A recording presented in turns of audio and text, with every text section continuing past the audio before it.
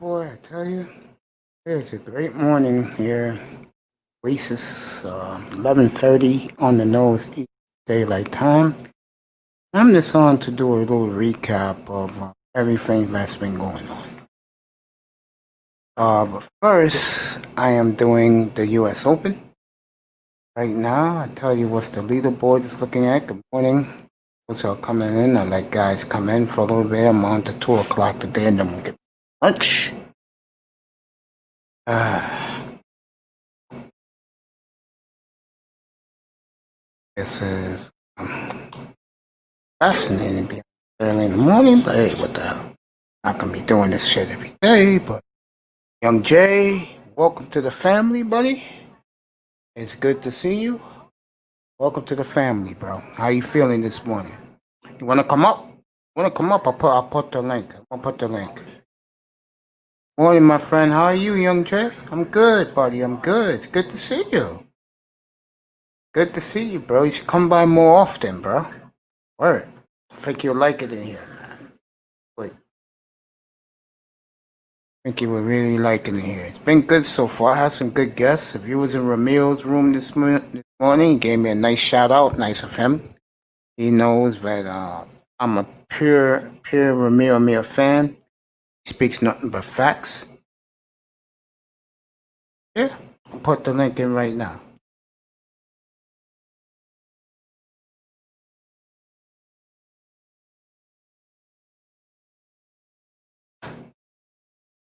Fred Ward, come up, nigga. DJ Moss, what's up, bro? Come up, fellas. I'm putting the link in right now. Putting the link up right now for you guys to come up. Here we go. Get on up here, fellas. Get on up here, man. Get up here. There's the link so you guys can come up. Had a lit show last couple of days. DJ Moss, what's up, bro? Now I got the link, bro. Yeah, I dropped the link in Ramil. That was a nice shout out he gave to me this morning. I really appreciate it, man. Last Friday he was on the road and he was listening. He wanted to hear some sports talk, and I brought him up. I mean, I didn't bring him up. He gave me a big shout out. So, uh, you love me, I love you. All right, fellas, get up here. I already dropped the link twice. Let's go. Young Jay, Fred Ward, DJ Moss, come up here, bro. Oh, okay. I can see why. I'm sorry about that. Yeah, I don't have a wrench. Well, let me just say this. I'm on dialysis this time tomorrow, Monday, Wednesday, Friday, and it's a choice between Ramil and Bernard, and it depends on how heavy both guys are going. So I love both gentlemen. Big Bear, that's Bernard. He always give me a shout out. Young Jay is up here. What's up, my brother? Good morning.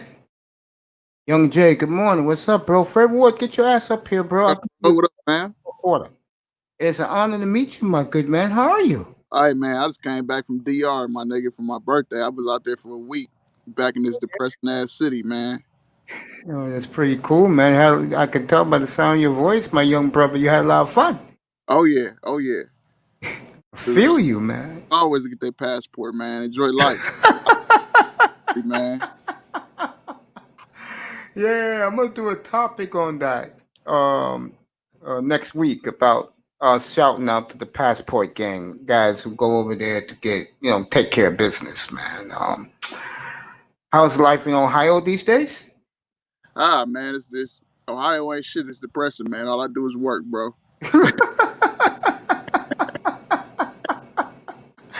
Oh shit, Mars, Fred Ward, get your ass up here, bro. I was gonna say, man, yeah, man. Me and you cross paths most of the circles. Of all these concept creators, who's your favorite dude?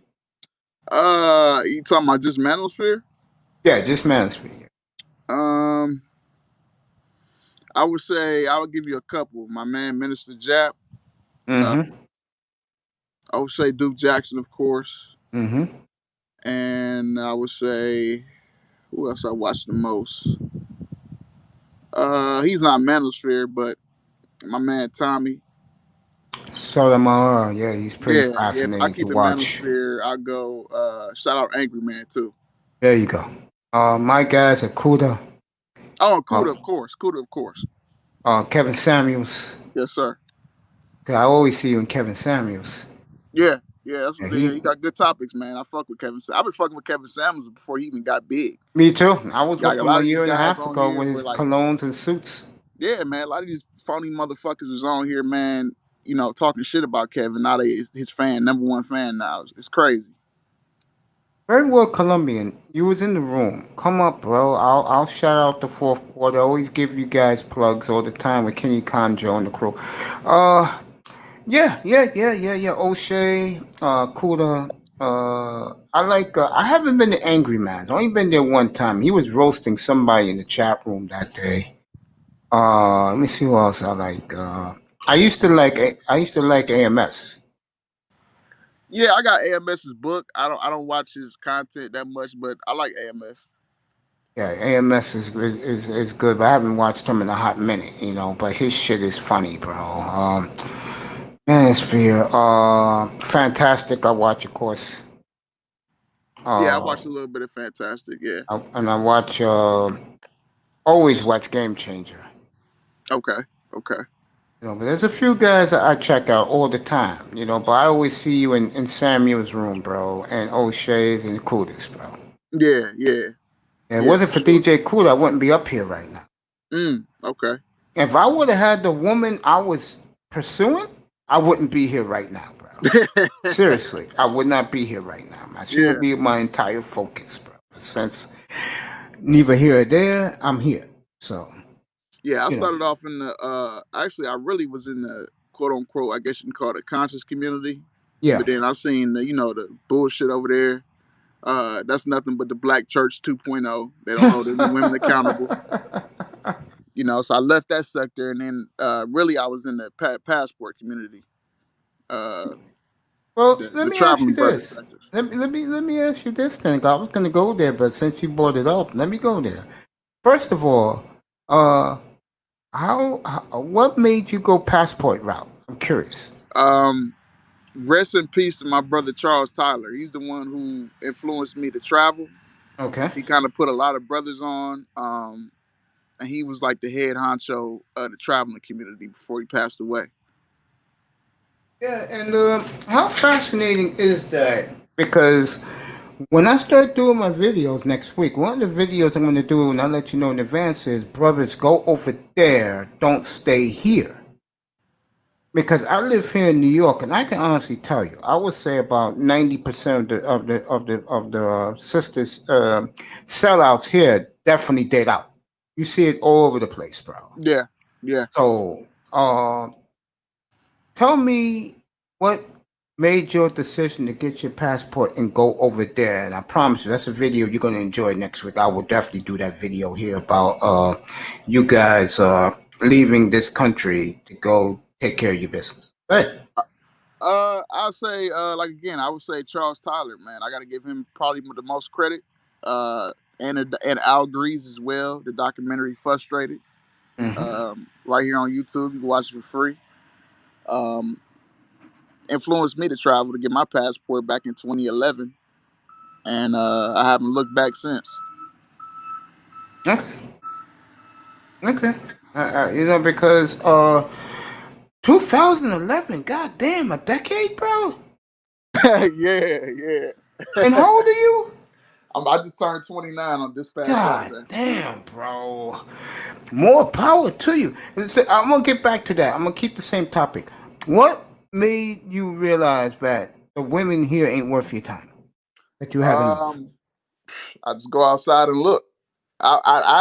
Me personally, I never really had extreme bad treatment from black women. Mm-hmm. I personally don't have an issue with them. I haven't had Mm-hmm. really any bad experiences, but I can see what's going on. I'm not stupid. So, and then even a lot of brothers, that I hear stories about, social media, even the brothers I know in my personal life have had major problems. So, um, like I said, a lot of this shit is the culture, man. It's the culture. Yeah, because when I lost my weight in 2010, 2011. In the spring of 2011, I was diagnosed with kidney issues. And what I noticed observing and dating women is that they really didn't want to comply to a man's standards with these black women. And when I realized that, I always wondered why. Until I came, and once I came into the manosphere, everything now is explained to me in full throttle. Okay, what was the kind of shit you saw when you used to be out there before you made your decision to be one of the travel brothers? What did I see here in America? Yeah, Self entitlement. Um, these facts, bitches are lazy. They don't facts. do anything. They can barely cook, especially my age. I'm in Yeah, the yeah. They early the best. 20s. My Mhm. joke is, which is the sad truth, is the best thing they can do is go downstairs to a deli and order a board's head sandwich for her and her man. That's the best these bitches can do under the age of 35. Facts. Facts. Um, a lot of these bitches got kids. You Yes, know, too many goddamn kids. yeah. I mean, it's dude. It's like pulling teeth trying to find a woman around my age range without a kid. Mm-hmm. Let alone these bitches got more than one. Yeah. Let me answer this question. DJ Moss, by the way, what my man Caesar D1 got my link. A lot of guys got my link in Ramirez's room about an hour ago, bro. Yeah, continue, my friend. Young Jay, continue. Um, like I said, I haven't had any really bad. I haven't had like a bitch swing on me or no goofy shit like that. My personal experience has been all right with black women, but I like I said, I'm not nonchalant or I'm not stupid. I see exactly what's going on. A lot of the problem is, I would say, majority of the problem is the culture. Yeah, I agree with that. And I'm watching Tiger take this putt, and he's about 2 feet off. With me, it was the attitudes I didn't like. Um, they allowed them in front of black brothers here in this city, bro, New York City. They throw their ass at other men of other races in front of us to see what reaction we get. Oh yeah, And a lot of brothers now they say, "Fuck these bitches, I go elsewhere," you know. And for the audacity of these women, uh, make it out to be that we can't handle them. We don't want you. That's the. I go solo, bro. I don't fuck with no bitches. I just stick to myself. yeah, And I hear rumors now that's coming out that niggas think I'm gay. I'm funny because I admit I'm an incel and I'm not ashamed about it. You know, I'd rather be incel and do this sports stuff and bring good brothers like young brothers like you up here and talk than fucking waste time with one of them. You know what I'm saying? yeah. I mean, if I got to give mine, I'm not gonna go there because it'll be a whole debate about tricking versus non-tricking and all that goofy shit. I don't Um, trick, but I know what you're saying. yeah, yeah. I would rather do that than deal with a lot of these bitches. But yeah, my whole thing is, and it's not even just black women, but I'll keep it black women because I deal with all groups of different women, but I feel you. I'll it's get with American that women with you. too, man. These white bitches ain't shit either, man. Yo, I've been through that, bro. That's why I don't fuck with any other women, bro. I just, if it's not black women, then fuck it. I just go solo. I'm fine with it. I'm used to it all my life. Know what I'm saying? Now, Oh, mm, no, good. now I was gonna ask you, do you got your passport? Oh, no, but I'm getting it. My nephew just got his, and Okay. he's gonna make that route too because he's exactly your age, and he's tired of the fuckery and the bullshit too. Yeah, man. Like if I decide to have a kid, it would not be with any women in America. I can tell you that Yeah, yeah. right off the back. So I do what? not want my kid raised in this culture. No way. I don't blame you. So what? Let me ask you a question. What? Where you been? I know Dominican Republic. Where else around the world? I've been in Dominican Republic. I've been to Mexico twice. I've been to Mm-hmm. Canada twice. Mm-hmm. I've been to the Bahamas twice. Mm-hmm. Um, I'm gonna start with that. By the way, continue. that's it. I'm a plan on my. I just met my boy in the DR. Just met him out there. He's from Baltimore, so we planning a trip to go to Colombia as Mm-hmm. soon as the curfew is lifted. All right. Let me start with the Caribbean because that place intrigues me so much because most of the women I did come across were Caribbean women, and if I had a choice between any black woman, I would choose Caribbean women. And to further notice, because I live among Dominican chicks all the time, I know that I know what their game is. All right, in the Caribbean, here's my first question to you. 'Cause I've been dying to know this. Tell me if this is true or not. The bitches worship the white boy and the Asian boy and love to bleach themselves. True or false? Depends what part of the Caribbean you're talking about, because the Caribbean extends from all the way from Trinidad to Barbados. Hell, even Venezuela is kind of considered Caribbean. So if we Ah, the talking about mulatto girls Jamaica, there. if we're talking about Jamaica, yeah, there's a problem there. That's of course, yeah. Yeah, that's what I figured. Yeah. Dominican Republic,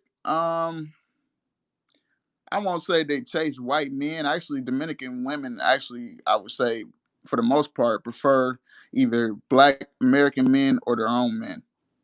No, I don't Okay, see too many white that's men fair. down there. That's fair. That's fair. I appreciate that. Bit about, have you been to Rio de Janeiro? No, that's coming soon. That's coming soon. That's like the Mecca. I would say Brazil is probably has the most diverse group of blacks outside of Africa in the world. Are you planning to go? This is for the goat. Are you planning someday to go to the continent? You asking me? Yeah. Yeah, yeah. I'm Okay. not. Good for you. Good for you. I have my own personal opinions about Africa, but I will visit. Yeah, I am too. I'm planning on going out there too to just relax. Nothing about business, and I'm just to relax and be in a fucking continent where it's nothing but us mostly. Yeah, yeah. But I'm more into the um Afro Latin look, Yeah, more I of the understand Caribbean. that. Yeah, You prefer the exotic women. yeah. I guess you can say exotic, Mm-hmm. meaning that I guess women that you don't see or you didn't grow up around. Yeah. Shit, man. Man, if it wasn't for what you just told me, bro, but you confirmed my fears. Shit, I'll be in Jamaica right now, bro, for a few days. Just to tap that, bro. God damn, they got some. One thing about Caribbean women, and I was talking to one yesterday. They are fine as hell if you Yeah, can get it. yeah, They got nice soft asses, bro.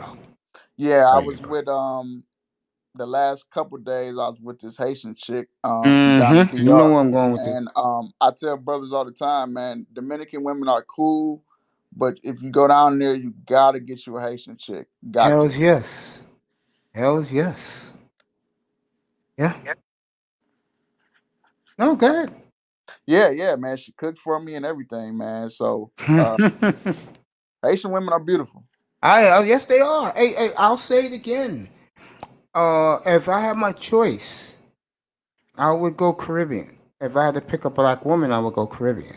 But Yeah. I see how they play themselves. See, this is my problem that I do not like and respect about black women. They play themselves too much, and they don't realize they're doing it, and they don't give a fuck that they do it. Um, I would say Caribbean women. No, I'm thinking about black women in general, Oh, black women in general. Okay, okay. So you're saying in general. Okay. especially the American women. Yes, They, yes. they, they play, they show their ass too much. And what they make a mistake is because they don't give a fuck about us. They don't realize how much of a bad reflection that is on us. They Well, don't see, realize that. this is where I give brothers a pushback. Here, like so in the Caribbean, let's say, give you an example: Trinidad, Jamaica, Dominican Republic, shit like Hmm. that. Brothers here complain about all the twerking and all that stuff, but if you go over there, that's a part of the culture. But here's your problem. You are absolutely correct. How many brothers go over there, though? That's the problem. Right, They don't right. get to That's a see it fact. for themselves. Yeah. I mean, all a lot of brothers is thinking of is Colombia and the Dominican Republic and Rio de Janeiro. They don't think about the other places. And O'Shea, God bless him, salute to the GOAT. He's right about one thing. A lot of American black men, they don't give a fuck about going to Africa. All they want to go is wherever the women are exotic. Black men love exotic women. That's just the way it is. Agree with Well, that? I think it's like I think I give you what my opinion is. Why I think a lot of brothers are. I think a lot of brothers have a certain sentiment towards Africans, the way they're treated here, maybe Yeah. the experience by Africans, and also they maybe feel like why go to Africa, right? When a lot of those women look just like our women right here. So it's And not. act like them too. Yeah. Yep. Yeah, I agree with that. Doug, what's up, bro? Pop up. Here, I'll give you the link. Doug, Doug, what pop up, up, fam? bro. What's up, player? Pop up. I'm gonna give you the link in the chat. Yeah, bro, you're absolutely correct, man. I mean, these women, man, and people look at me sideways. Like I said to you a second ago, I'm getting flack in the manosphere. That they wonder about me. Bottom line with me is this: I live in the biggest city in the world, and I'm not bragging. I see it 24/7 here, bro. I ain't gonna deal with that shit. I'm sorry. I could do better things with my time than sweat a bunch of women who don't love me, who hate me because of my skin color, because they feel that American black women feel that we bring them down. Why would I want to be here, bro? Well, I mean, why would I want to date women here where I can just go solo and do other things with my life and my time? You agree with that? Look, brother, I ride solo my whole life. I'm my only child by my mom. I just Hmm. came back from my trip solo. I went out there by my damn self. That's the way you do it, bro. Take my advice. Okay, I've been around a lot of places. Travel alone. If you're gonna take care of your business, Doug, get up. Oh, he's working. Okay, Doug's working. He's doing, I guess, his thing. Doug, I love you, bro. Get up here tonight. I'll be back at 6 to 10. All right, 6 to 10. Come back tonight in here, bro. Have a good day, Doug. Yeah. Here's my advice to you, young man. When you taking care of the business we're talking about, do it alone. Because if you bring other guys with you, bullshit happens. Look, One, you made a let man me out of tell you, money. man, about the bullshit I just seen down in DR. Yeah, go ahead. Corny, and it's not. These are not even young dudes doing this down there. These are Hmm. old niggas, like above 40 and above. Yeah. It was a nigga down there in the winter Scully, 90 degrees outside. Niggas, Hmm. it was just a nigga that just got caught down there posing as if he was an NFL player to these Dominican women. Faking the front, Hmm. and it's for what? These bitches don't care. Yeah. Right. And it's a lot of American black men down there actually fucking that. We already have a bad rep as it is in terms of the stereotypes, right? Of course. And you have black men going down there, treating the women like shit, disrespecting the culture, um, doing a whole, throwing money in the club, doing goofy shit that you would do, nigga shit, I call it. Yeah, of course. Dumb nigga shit. Yeah, Ghetto shit. yeah, and giving us a bad rep, specifically down there, because a lot of brothers can't afford to get to Colombia or Brazil Hmm. or Trinidad, Barbados, other places in South America or the Caribbean. The easiest place a guy would go to is the DR. It's the closest, it's the cheapest to get to. Um, I call the DR the rookie trip. If you've never been nowhere overseas, go to DR. That's where everybody goes. I'll tell you a hot spot that no one talks about. You talk about Haitian women. Ready? Yeah. Montreal, Quebec. Go. Clubs, wall to wall. Bars, wall to wall. Canadian, Caribbean, Haitian women, wall to wall. Bitches are eights and a halfs and up, bro. Go. Wow. Go to Montreal, bro. I used to basically live up there, bro. Montreal is lit. Go.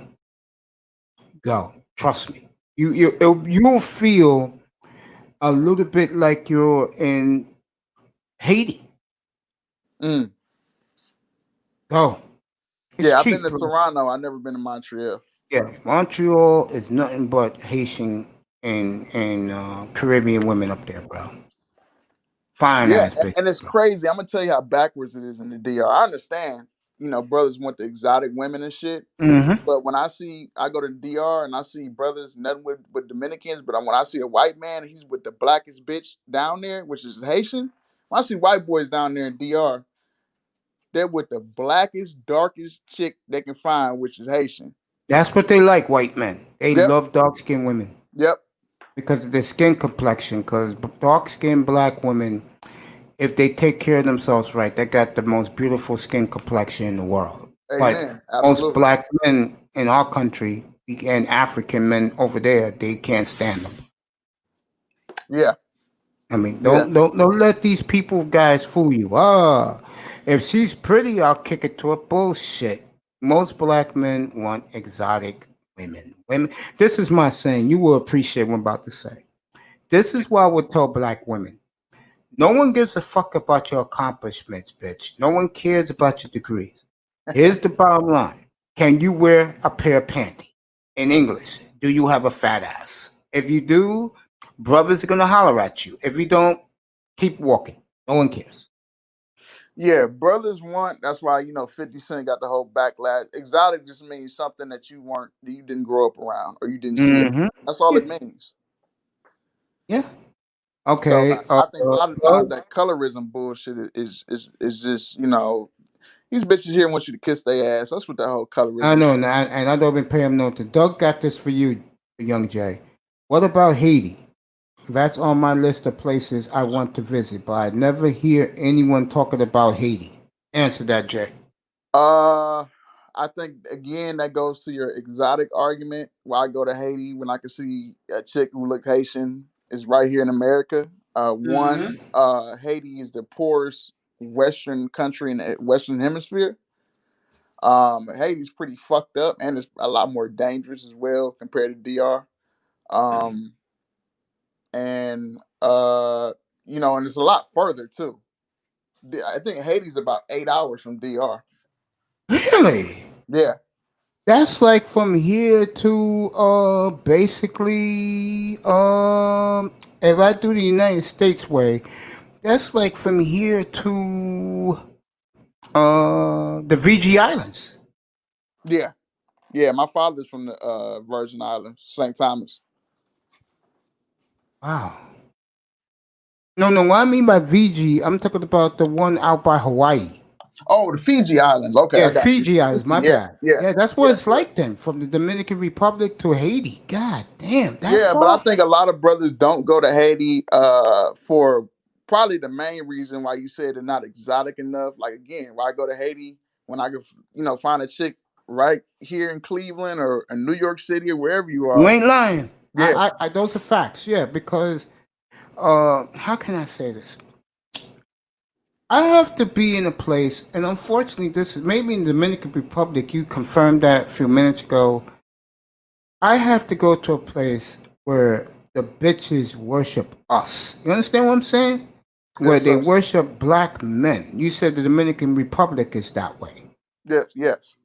Where they either love us or they definitely love their own men first. Yeah, Some of that's what I'm them, talking about. a lot of them do love their own men first, but a lot of them do love black men as well. That's what I'm talking about. You got that answer, Doug? Santo Domingo. Get a round trip ticket, bro. It's cheap. Yeah, I was just in Sasua, and actually one of the chicks I met down there was from Santo Domingo. Yeah. Wow, man. Wow. And let me ask you, how is it to meet Afro Latina, other Afro like exotic women that are not American? I'm curious. Radner, come on up, bro. Radner said, I like those fine Malaysians that look like Anne Marie. Yeah, Anne Marie, boy. Have you guys seen Anne Marie, how she looks now? No, I haven't seen her lately, but she was Uh, fine. she Yeah. got a little. She got a little. She just had a baby. She has a little chubbiness on her cheeks, but she still look fucking fine. I tell you, you know what she's doing now? She has she's coming out with a fitness video now. Just to let you guys know. Wagner, come up here. I'll put the link in the chat. Come on up. We talking nigga shit, bro. You know that's what Young Jay wanted to talk about. I give you what you want, man. You want to talk about bitches? We'll talk about it. I don't give a fuck. Shit, it's fucking noon. I don't give a Yeah, man. If goddamn. you want, man, we do a whole show on just traveling, man. Talk about Oh, yeah, yeah, yeah. experiences and You all know that what? shit. We will do that. We will do that. Doug said thank you. Yeah, we will do that. Why now get your sexy ass up here, bro. Let's talk. Get up here. Yeah, I can do that. I can I do can show anything you receipts. want. I can show receipts just like Marco shows receipts. I can show receipts right in my phone. Young Jay, don't worry about it. I'm not that type, nigga. Okay, my brother, young brother. I'm not like that. I can talk most shit except tech. I can't do the tech shit. But I'm gonna have Gay Bay and keep it techie up here next week. I can talk what we're talking about right now without a problem. Because again, I live here in New York City. I see the shit all the time, bro. But Wagner asked you, what do you think of Malaysian women? Belize? I guess so. It's Malaysians. That's what he says. Oh, is he saying Blasian like black and Asian? Yes, I guess. Yeah. I'm not into Asian women like that. There are some of them are attractive, most of them aren't. I'm just not really into the Asian look like that. Some Yeah, I'm black, the same way. I'm the same way. Doug told me to tell you that he went to school with Anne Marie's sister. The sister is thicker than Anne Marie. There you go. Oh wow, that's crazy. Yeah, Doug told me to tell you that. Yeah. Wagner, I'm waiting for you to get up here. Doug, you coming up here after 6? If you are, I'm here, bro. Cutting it a little early tonight, but tomorrow I'm gonna go from 8:30 to 2 a.m. So I'm gonna come up tomorrow night, fellas. You can come up, Young Jay, after Kevin Samuels, and we'll rock all this shit. What we're talking about right now. Yeah, I prefer my women caramel or mulatto. But if the dark skinned sisters is packing and got her shit right, I'll date the dark skinned women too. I don't care. As long as you're black, I will date you. I don't discriminate if you're black. That's just I don't discriminate, but I will say if I had a preference to choose one, I like a bitch as black as oil. okay. Well, let me ask you this. Wagner will be here 6 o'clock tonight. Thank you, my good man. Thank you, Doug. Thank you, guys, coming in. Me and you can rock this, Young Jay. With me personally, I like Caribbean women. I'm gonna start checking out Venezuelan women since most of them are mulatto. I like mulatto chicks, bro. So you like, yeah, yeah, I understand what you're saying. Yeah. I know, Wagner. I see you tonight at 6, bro. Just pop up, bro. After 6, I'll be here. Yeah, I like my women. Like I said, caramel, rich chocolate, or mulatto. That's my choices. Okay. Okay. Yeah, I don't have an actual preference. I just kind of prefer if I had to choose a preference, I would cater more towards dark skinned women. Okay, there's nothing wrong with that. We're black men. It's like really. I hate to say, it's like being in an auction for us because again, they prefer anybody else but us. Doug said Anne Marie is Malaysian, black and Korean. Yeah, her mother's Korean. Yeah, I remember that. Akuna, you want to pop up here? We're talking nigga shit, bro. Pop up. Here you go. Here's the link. Come on up, bro. Come on up, my brother. Yeah, I'm gonna chop it up with you for a couple more minutes, and I gotta roll. I gotta eat. I literally just got off the plane and just got home. So Oh, from the Dominican Republic? yeah. Welcome home, bro. I'm glad you caught me, bro. I mean, it's an honor to talk to you. We always say let's exchange pleasantries to each other, bro, when we're in these rooms. Yeah, So I don't really get on panels and shit like that. One, because niggas be over talking each other all day long, and it turns into chaos a lot of times. But I wanted to come up here and show you love, bro. I appreciate that. And in this room, bro, we don't play that shit here. When you come in here, I run shit here. I let you guys talk. Anytime, Akune, anytime you want to come up, bro, I'll be back 6 o'clock tonight, 6 to 10. Anytime you come in here, I run this room and I bring it in. You get a point, like I'm letting you talk right now. I'm hearing I'm hearing your opinions, bro. It's cool, man. Got my brother Des James is about to pop up. There he is. Des James, welcome. It's an honor to meet you, young man. Des, you got your mic on, bro? I don't hear you, Des. Get your mic fixed. We don't hear you, bro. So if you gave me a recommendation, Des, can you hear us? Yes, man, loud and clear, man. I'm good to go. What's up, fam? What's up, my brother? Welcome. Welcome to the family, bro. How you feeling? What's up, Young Jay? What's up, Mace, man? Chilling, man. Great to have you, bro. Welcome to the family, man. We're talking Young about Jay, we're talking Young about Jay. Young Jay. Oh, Was go it ahead. yo? Put your mic back on, Young Jay. We're talking to you, bro. All Yeah, right, there he goes. What's up? Yeah, I came in on the part where Young Jay said he flew in from Dominican Republic.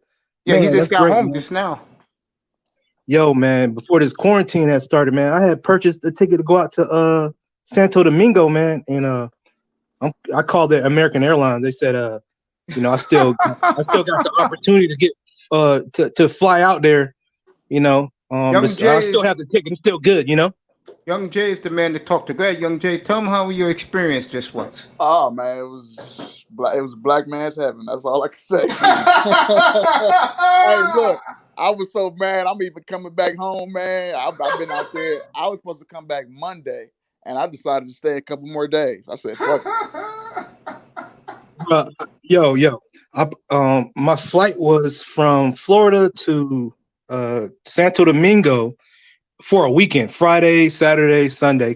Fly back to Florida Sunday, right? Right. But I was afraid that I was gonna go down there and fucking like it too much and not want to come back at all, man. It will be your first trip. Yeah, first trip ever. Oh Yeah. yeah. You would have when I went down there in 2011. I went with my uncle. My uncle had to drag me by my arm to leave. Yeah, and I was only 21. Yeah, I really like hearing these stories of you guys going out. I guess Marco and a few others just talking about going to these other countries, Brazil, Colombia. I even like hearing of stories of people living out there in Lagos, Nigeria. Just the cost of living, man. Like you don't have to work as hard. Yeah, I mean the cost of living is very cheap down there. I was told DR you can live off of about $1,000 a month. Women are beautiful too. Yes, yes. The Haitians are Yeah. beautiful. Dominican women are beautiful. Yeah, I want to know It's about that nigga shit. what you want to know about, man? Just give me your questions. What you got? Damn, I had a list of questions. I don't have no question. I don't I'm have any letting you, questions. hey, Des, I'm letting you rock with Young Jay. I'm just listening. Go ahead. Yeah. I've Man, never been Is it to better Santo to live in Domingo. the inner? Is it better to live in the inner city or near the coast? Depends what you're looking for. I would say if you want to party and just have a great time, go to Sosua. If you looking to like actually date or get into relationship, you need to go to like Santo Domingo, Santiago, La Vega, La Ramona. Um, you just want to stay the hell out of Sosua.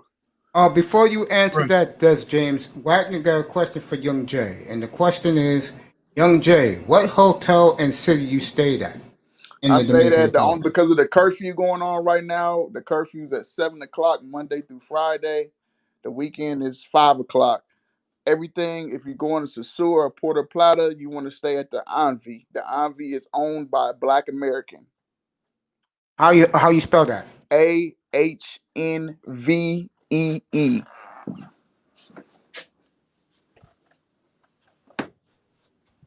Oh, got it. and the A place is A V owned by a E E. Black American. And how about work? Starting your own business or finding a job as an American expat. Is it Um, difficult? a lot of brothers down there. There's one brother down there named Flip Flop. He has his own YouTube channel. He has his own restaurant down there / sports bar. You got guys doing that. You got guys into real estate down there. Um, there's other guys doing a lot of like internet marketing, like forex trading, stocks, and all that kind of stuff. Hey, my brother, what's the town? What's the town for him? The town that you said the Harvey Sosua, Hotel. Sosua, Pursue? How you spell that? Sosua. Okay, I got it. All right, I Yeah, got I'm it. I'm gonna familiar send it with to him. Young Jay. I'm familiar with that YouTuber that you mentioned, Flip Flop, Yeah, Roll the Tape, and roll the Aces tape. Live.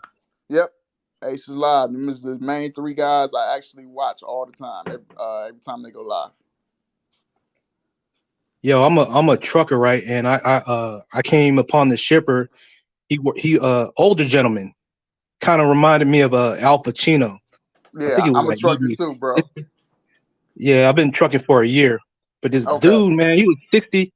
He he got a wife in damn, I think it was Colombia or Venezuela, but he got a house over there. He lives over here, and he was like, man, bruh, man, go to Colombia, man.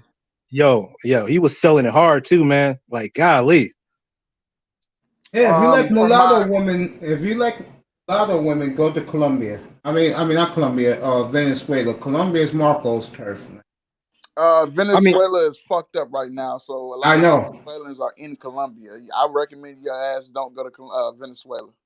Okay. Like, I mean, it's bad in Venezuela. yeah, Yeah, with the takeover and stuff, the dictatorship. Yeah. Yeah. Yeah, I put in the link, Wagner, in the chat room. There it is. hey, what's up, Javi Wagner? Hotel, Susa, Dominican Republic. Go ahead, Des. Des, go ahead, bro. Talk to Young Jay about Dominican Republic. Go ahead. Yeah, man. Like, if like I'm 39 years old, man. Like, if I go to a country, I'm looking to stay permanently. Like, I don't want to be going like once a year. I want to get in the real estate myself. You know what I mean? Well, see, in order for you to know if you want to stay there permanently, you're gonna have to visit. I would say minimum 10 times, minimum. You had to sort of like absorb the culture. I know a little bit of Spanish. I lived in Spain, Madrid for 3 years.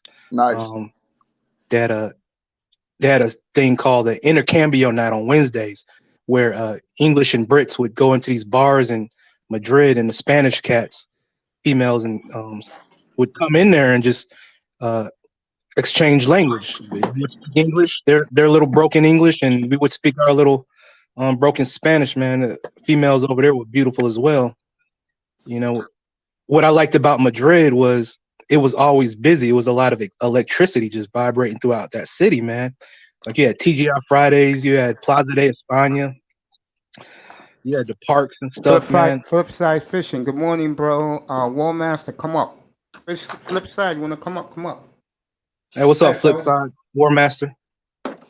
Yeah, I would say a lot of the problems with brothers going to these countries is they don't even take the time to even try to learn the language or the culture.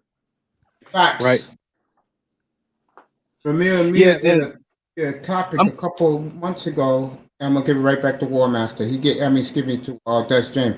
He did a topic a couple months ago about how brothers go to Asia and they act like they own the place, and they act like the Asian men ain't gonna do shit. He was right about that. facts, man. Young Jay, go ahead, bro. Yeah, excuse me.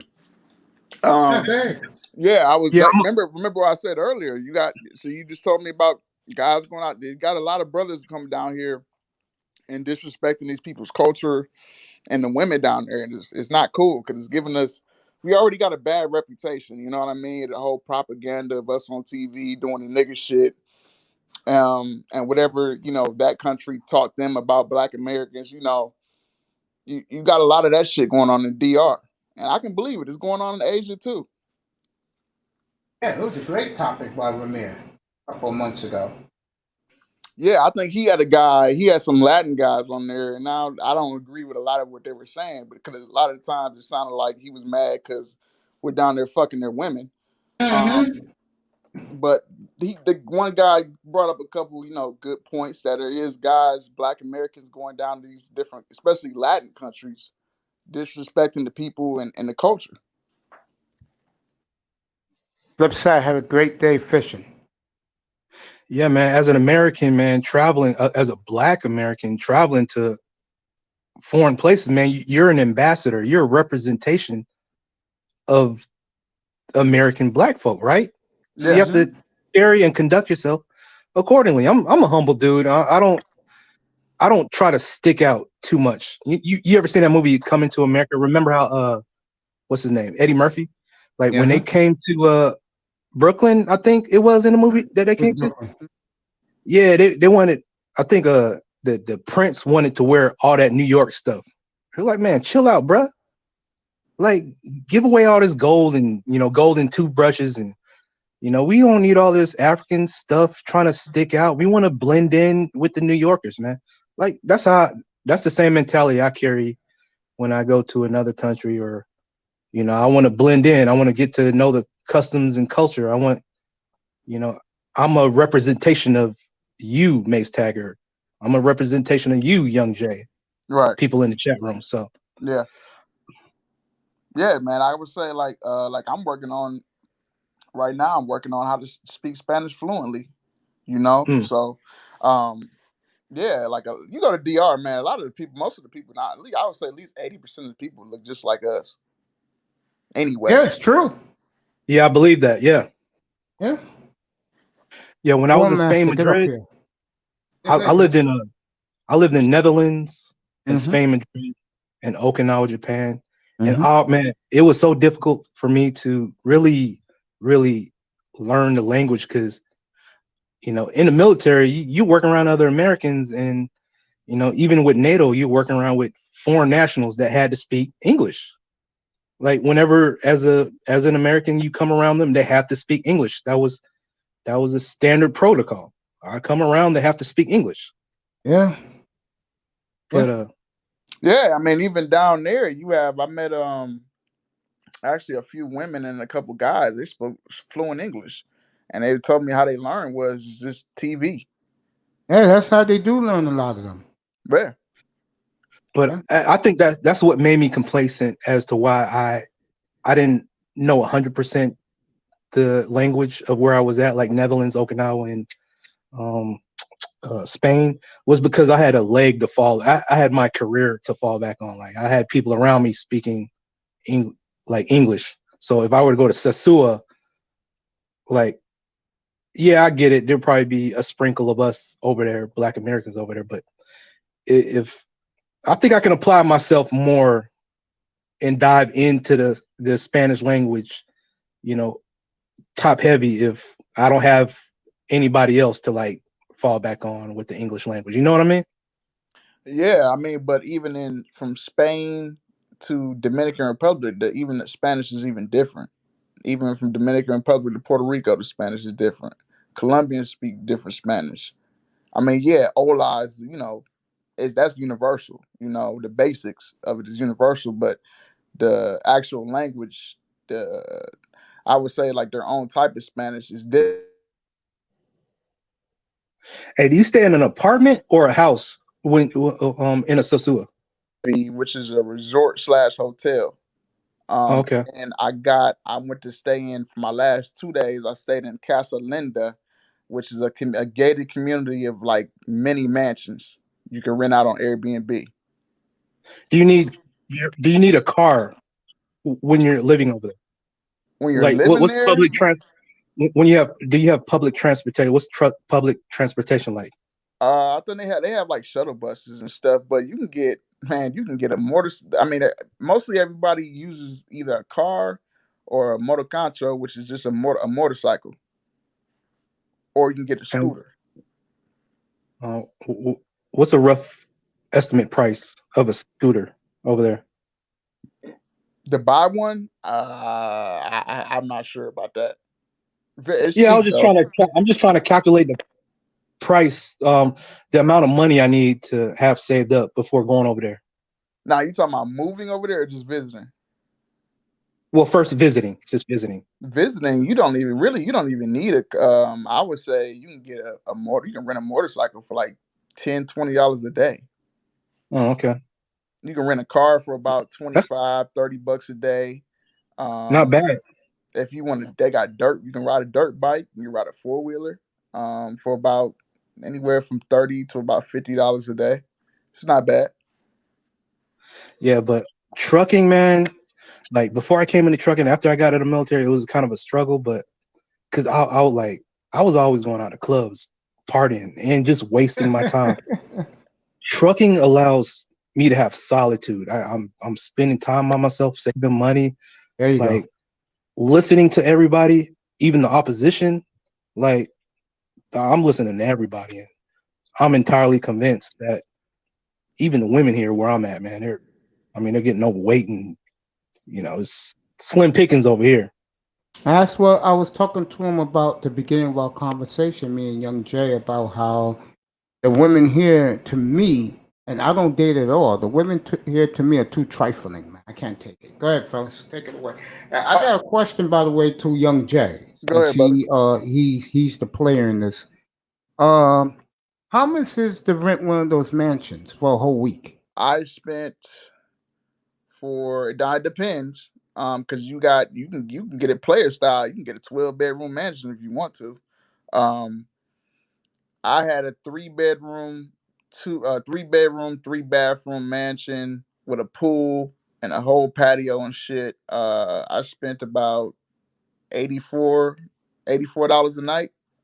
Okay, then let me ask you this question: have you been to Trinidad? No, All right, so if you was me and I prefer Caribbean women, which place would you recommend a guy like me who likes Caribbean women? I would say the rookie trip, first time traveling, go to Dominican Republic first before Okay, anywhere. okay. All right, that's ask away. Hey, Mace, man, we got to do and I'm even willing to do a show with this brother Des James. I'm a trucker too. I've been doing it 5 years, so we got to get a trucking show popping. You guys are down for Saturday? Yeah, Yeah, because yeah, Saturday I usually I'm take my free. Yeah, days off. How does? You willing? Young Jay, yeah, say I'm where you willing. want. yeah, Yeah. yeah, yeah. I'm good. What time is good for both of you? Um, say Saturday. I Yeah, would say later bro. in the evening, like maybe around 6, 7. You got it. I'll If book it. if I see you live, I'll hop on. I'll just say that. All right, Yeah. all right. Yeah, we'll be live. Me and Young Jay will rock it till you hop in, and anybody else, the Passport brothers, wanna hop in. We just run it. I'll just let you guys talk about your escapades, the fun you had, the women you ran through, and I'll just sit back and listen. Go ahead, Des. Okay. Keep talking. Yo, man, I was dating this biracial and when I was staying in the Netherlands. She was from Berlin. No, no, not Berlin. She was from Aachen, and she always had resentment for her, Black American father because in the military, she left her German mother, and she always had resentment for her, and then she's just always angry and upset. But you know what we fail to realize, that Europeans, they got a leg up on us. Hell There's yes. there's kids traveling, taking flights at 12 years old, 8 years old. She told me out of her own mouth that she would go take a flight to like Turkey or at 12 years old by herself, no Yo, parental guidance. War How is that Master, possible? War Master said to both of you, he'll be there Saturday night. Truckers unite. The Facts. Shout out Roastmaster, man. Cool brother. War Master. Or master, excuse me. It's okay, bro. You guys keep talking. Go ahead. Talk among yourselves. I'm just a spectator. Well, I'm about to hop off, brother. I appreciate you for having me on. I gotta eat because I haven't ate shit all day. Well, Um, welcome home. What little home you consider Ohio, and I will see you. I'm gonna make sure I do this show 6 o'clock Saturday night. all Hey, I'll have right, Young you. brother. Jay, man. Hey, it's nice to meet you, man. Like, Yeah, same like here. I'm becoming familiar with all the thumbnails and the avatar names. May Stagger, first time talking to you. It's cool to listen to other brothers' voices, man. Yes, it Glad to is. meet you, brother. Yeah, Young Jay, nice to meet you, bro. Yeah, nice to meet you, brothers, man. We always spoke back and forth, mates, for a while now. I think I seen the name Des James in the manosphere around. Nice to meet you, brothers. I'm gonna go give me something to eat. I'm gonna see you Saturday. I'm gonna be listening in. All right, buddy. Saturday night. Just pop All right, on up. 6 o'clock Eastern. all right, peace. All right, bro. Peace. So that's just me and you. So talk about what you've been fantasizing about to go Dominican Republic. Go ahead, tell me. Just not to just easier way of living, man. Like working. You don't have to work so hard. I can use my retirement to just live a better lifestyle, man. Like have better dating options. Yeah, I'm listening, bro. I'm listening. Yeah. I Yeah. mean, I was telling young Jay this when me and him started this conversation. I told him, bro, I don't date. I prefer to just stay by myself, bro. I would date. It would be a black woman. But I understand why. I want to do a whole show on this. I'll probably do it Saturday night. What the hell about the passport gang? About guys who rather go over there than have trifling, masculine bitches here who don't appreciate us, who worships our enemies. You agree with that? Yeah, 100%. I agree with that. You know, I get frustrated listening to the political talk and celebrity talk. Like they have nothing to do with the rest of us. I mean, I don't think. I mean, Young Jay is a truck driver. I'm a truck driver. I mean, I don't think about these celebrities like that. I'm more interested into knowing the lifestyle of Mace Taggart, man, how he's living. I've never been to I've never been to Brooklyn. I mean, I probably passed No, I'm by from the there, but Bronx, bro. I live in the Bronx. Bronx. Excuse me, my apologies. It's Yeah, okay. It's okay. yeah. I like what's it like living in the Bronx? Like that's what I want to know. I think the Bronx, to answer your question, and Doug is back in the room. It's very under. It's very underrated. You got your people living off the system here, of course. I mean, this was rated the poorest city in America, you know. Yeah, But there's a lot of hardworking people here. It's fascinating. The more north you go, the better it is. I mean, but the south, the very beginning of the Bronx, because the Bronx and Manhattan and Queens connect. When you come into here off the freeway, it's considered the lowest part, but that part is now hopping. I mean, they got a lot of clubs there, restaurants. They got a brewery there, believe it or not, where they make their own microbrew, and that's where you meet a lot of hot women, bro. yeah, You know, it's a place yeah, where, yeah, it's a yeah. place where, All that sounds nice, but remember when YouTube allowed 10 people to come on panels? yeah, Yeah, man. Like everybody was thrilled about that. I was like, man, this is exciting. You know, you get to come on a panel and talk. But you know, some YouTubers like it becomes redundant when you see the same people coming on the panels. Like you really aren't introduced to anything new. why you think that is? I know the reason. I want to hear it from you. Why you think that is? Well, I'll start off by saying if you're a YouTuber, right?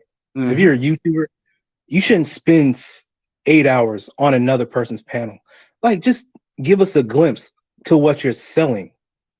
Allow me to be curious as to what you're selling, so I can come on your channel. I'll click the link. I'll subscribe, but don't tell all what you're selling on another person's panel. You know what I mean? Exactly. I agree with that. Like, I'm not an entire game dude, or I'm not anti-game. I'm a little in between. I mean, it's just some people sell game too hard, and when you sell Yeah. game too hard, you're gonna feel like you're being finessed. I mean, I was at my trucking operating center, and a guy, he was wearing a shirt of another company that he was working in. I was thinking to myself, why are you here now, but you're working for another company? I get it, you were previously here, but you're here. But he was trying to sell me on going to another company in front of other employees that I was currently working with.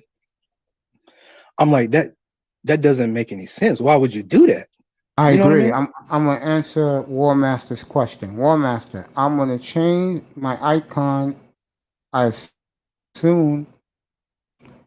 Well, I already changed my icon, but I'm gonna change my icon once I finish doing my studio, which should be next weekend. Then I'll be showing my face every time I come on a show on a platform. You'll see my mug. You'll see my beautiful mug. Okay. Go ahead, Des James. Oh, that was it. That was all I need to say. With me, the reason is because it's clicks. There's a lot of clicks in black in black YouTube, bro. You see it all the time. Yeah. Me, I'm not a click guy. I mean, I'll let anybody up here who has an opinion. I don't care. If you have an opinion, I want to hear it and why. And I'll bring your ass up here to say it. Let me say something. I know he's. Yeah, bro. That's me. I mean, I'm not afraid to show my face. And he's right. War Master says most panelists are not content creators. That is very true. That is true. It's clicks, like I said before. If they like you, they're gonna bring you up. If they don't like you, they don't want to know you. I'll tell you something else that bothers me, and this bothered me, and I knew this for a while. that a lot of content creators act like they're Hollywood celebrities. Big time, get your ass up here. And big time, get your ass up here. And also, they talk down to the people in the chat room. And I don't like that shit. And Mace Taggart as well. Watch this. When you listen to the same voice all the time, you're gonna be thirsty for what the person looks like. You're gonna want to see growth in that channel. Could have been stressing, man. Step up your studio game. Ty City said you're gonna have to cam up at some point. People are gonna see like journalism, like regular news folks, people from CNN, other bigger YouTubers. They're gonna be coming into smaller places like this, trying to get fresh ideas from the comment section, from what you guys are talking about in the topics. But they're already camming up. It's like if I put an idea or a statement in the chat room, that statement that I made, it's up for grabs because it ain't no face or name to it. Big time, pop up here, bro. It don't really belong to me if I put it in the chat room. I mean, I can come on the panel and say it. Hence you got all the shout outs, because if I'm on a panel of like maybe 300 people watching, and the chat room is pretty much recycled around to certain YouTubers throughout the day. That's my point. That's my point. From Bernard Riley to Ramil to Fantastic to DJ Kuda to anybody else. Like, can we all assume that the chat room is pretty much the same? Yeah, like of course. We're listening to the same thing. But if I say something original on the panel that nobody's heard before, people would have to shout me out because they haven't heard it before. I was on Game Changers platform last week, and we was talking about fat women. And I was just telling him what I was talking about on my platform the night before. And then he tells me, don't shout out your platform. And I will get him back for that. You can believe that. When I catch up the Game Changer, I'm going to just let him know, don't fuck with me, okay? That said, Young Jay said the new content creators built the name of being a panelist, not content. That is very true. Also, War Master says that clicks are for the girls. That is true. DJ Moss, he gives a shout out to you, Des James. And hey, what's up, DJ Moss? I saw him on Real Life the other day. I was drunk as shit, man. I was on a panel with fucking Mella. Man, she called me a fucking schizo. I know we were both drunk and shit, but I don't hold it to her. She's still cool. Good to see you, DJ Moss. And a shout out to my brother from another mother. Good afternoon, big time. Welcome back, my brother. You was awesome last night. This young man rocked with me for the whole 6.5 hours on the panel, bro. Good morning, bro. Good afternoon, bro. What's up, guys? How you doing? I'm all right, man. I'm all right. Yeah, you know where we're going in a few minutes. Don't worry, I'm going to get there because I was checking out TD this morning. Was you in there? No, I didn't get to see him. All right, I was checking them out a little bit. Hey, nice to meet you, big time. Nice to meet you, big time. Yeah. What's up, man? Yeah. I was just saying that. Keep talking, Des James. Go ahead. I'm guessing. Yeah, I assume that the chat room is recycled through all the throughout the manosphere. So. It's true, bro. It's true. It's scary too in a lot of ways. You know when it's not. And Ball Game, get your ass up here. Thank you for coming, nigga. Get up here and say hello to your mama for me. And Front and center. Yeah, and tell your mama to make some pork chops for you tonight, man. You know how us brothers eat, bro. When we're older, bro. That's funny. Get Ball Game up here. All right, bro. I just dropped the link. Get up here, Ball Game. Yeah, bro. I don't like clicks, bro. I just don't. I like being individual. And Big Time could tell you this from last night's experience. This young man, I just met him the day before yesterday. And this young man in another chat room, and this young man popped up with me last night and rocked 6.5 hours, bro. Kudos to him. I'm talking to you, big time. Kudos to you. I got ball game up here. We're gonna talk Dolphins in a minute. Uh, What's good, fellas?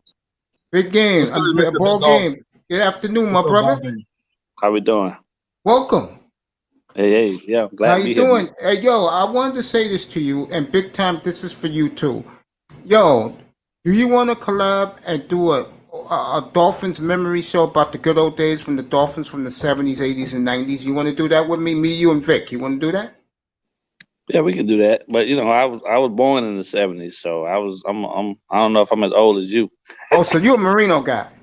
Yeah. There you go. Well, we can still talk that, but I'm just letting you know. I think that'd be a pretty cool platform for the millennials and the zillennials who don't know the history of the franchise, bro. I'm with it. There you go. All right, Des, continue, bro. Des, continue, bro. He muted himself. Des, take your mic off, brother, and keep talking about clicks, bro.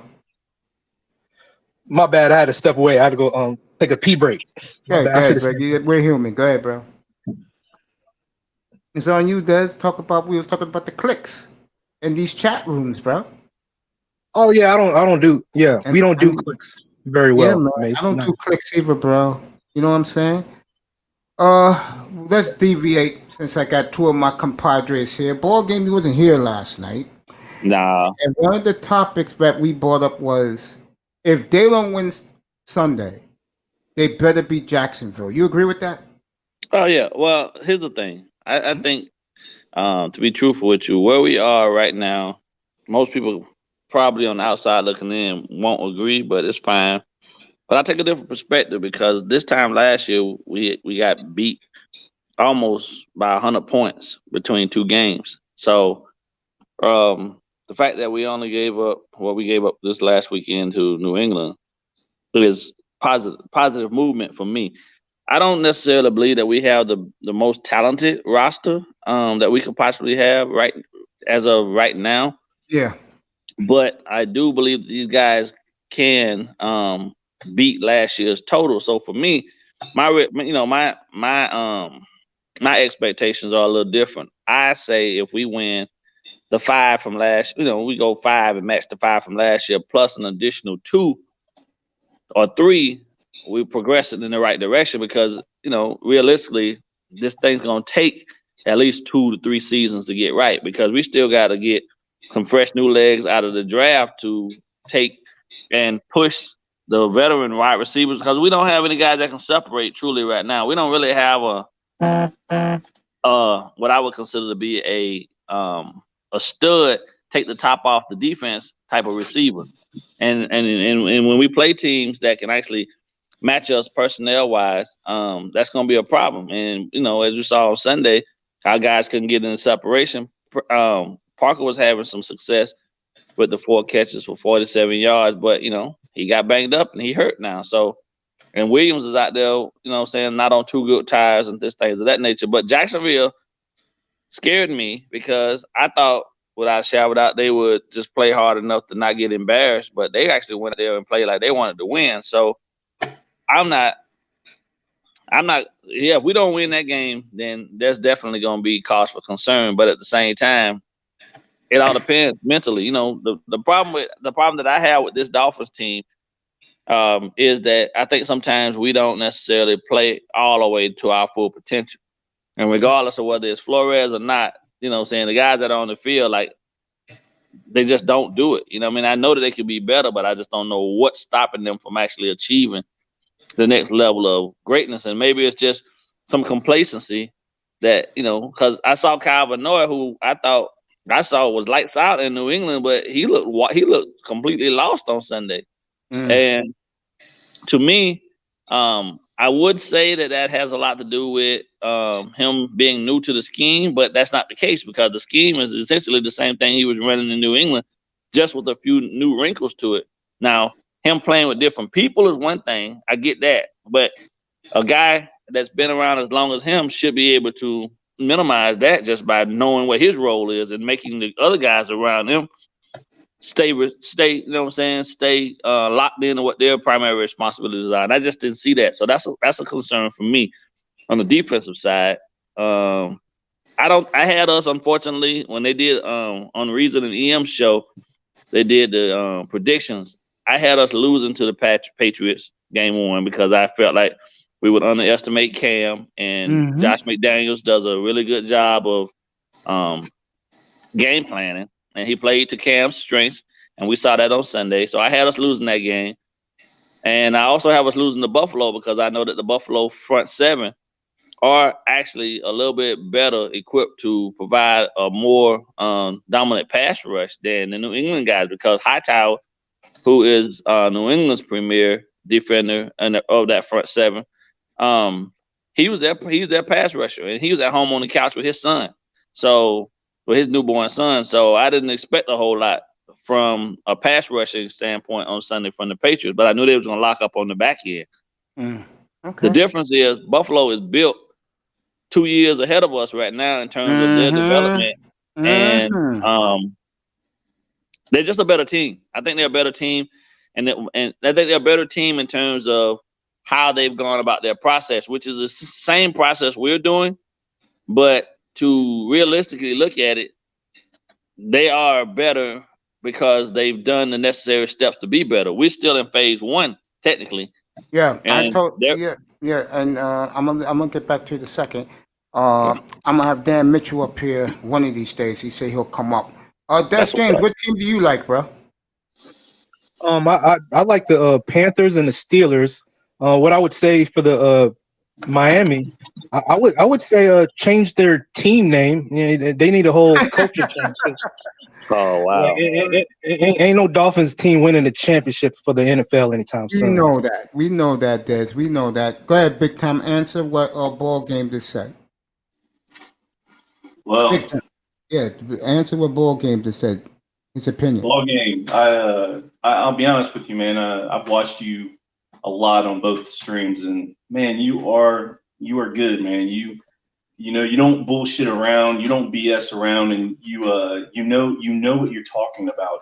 And when people are sitting there, I don't know what's the cause of it, but when they don't want to listen to reason or truth about what's going on, and you do it in a calm way, that's another thing.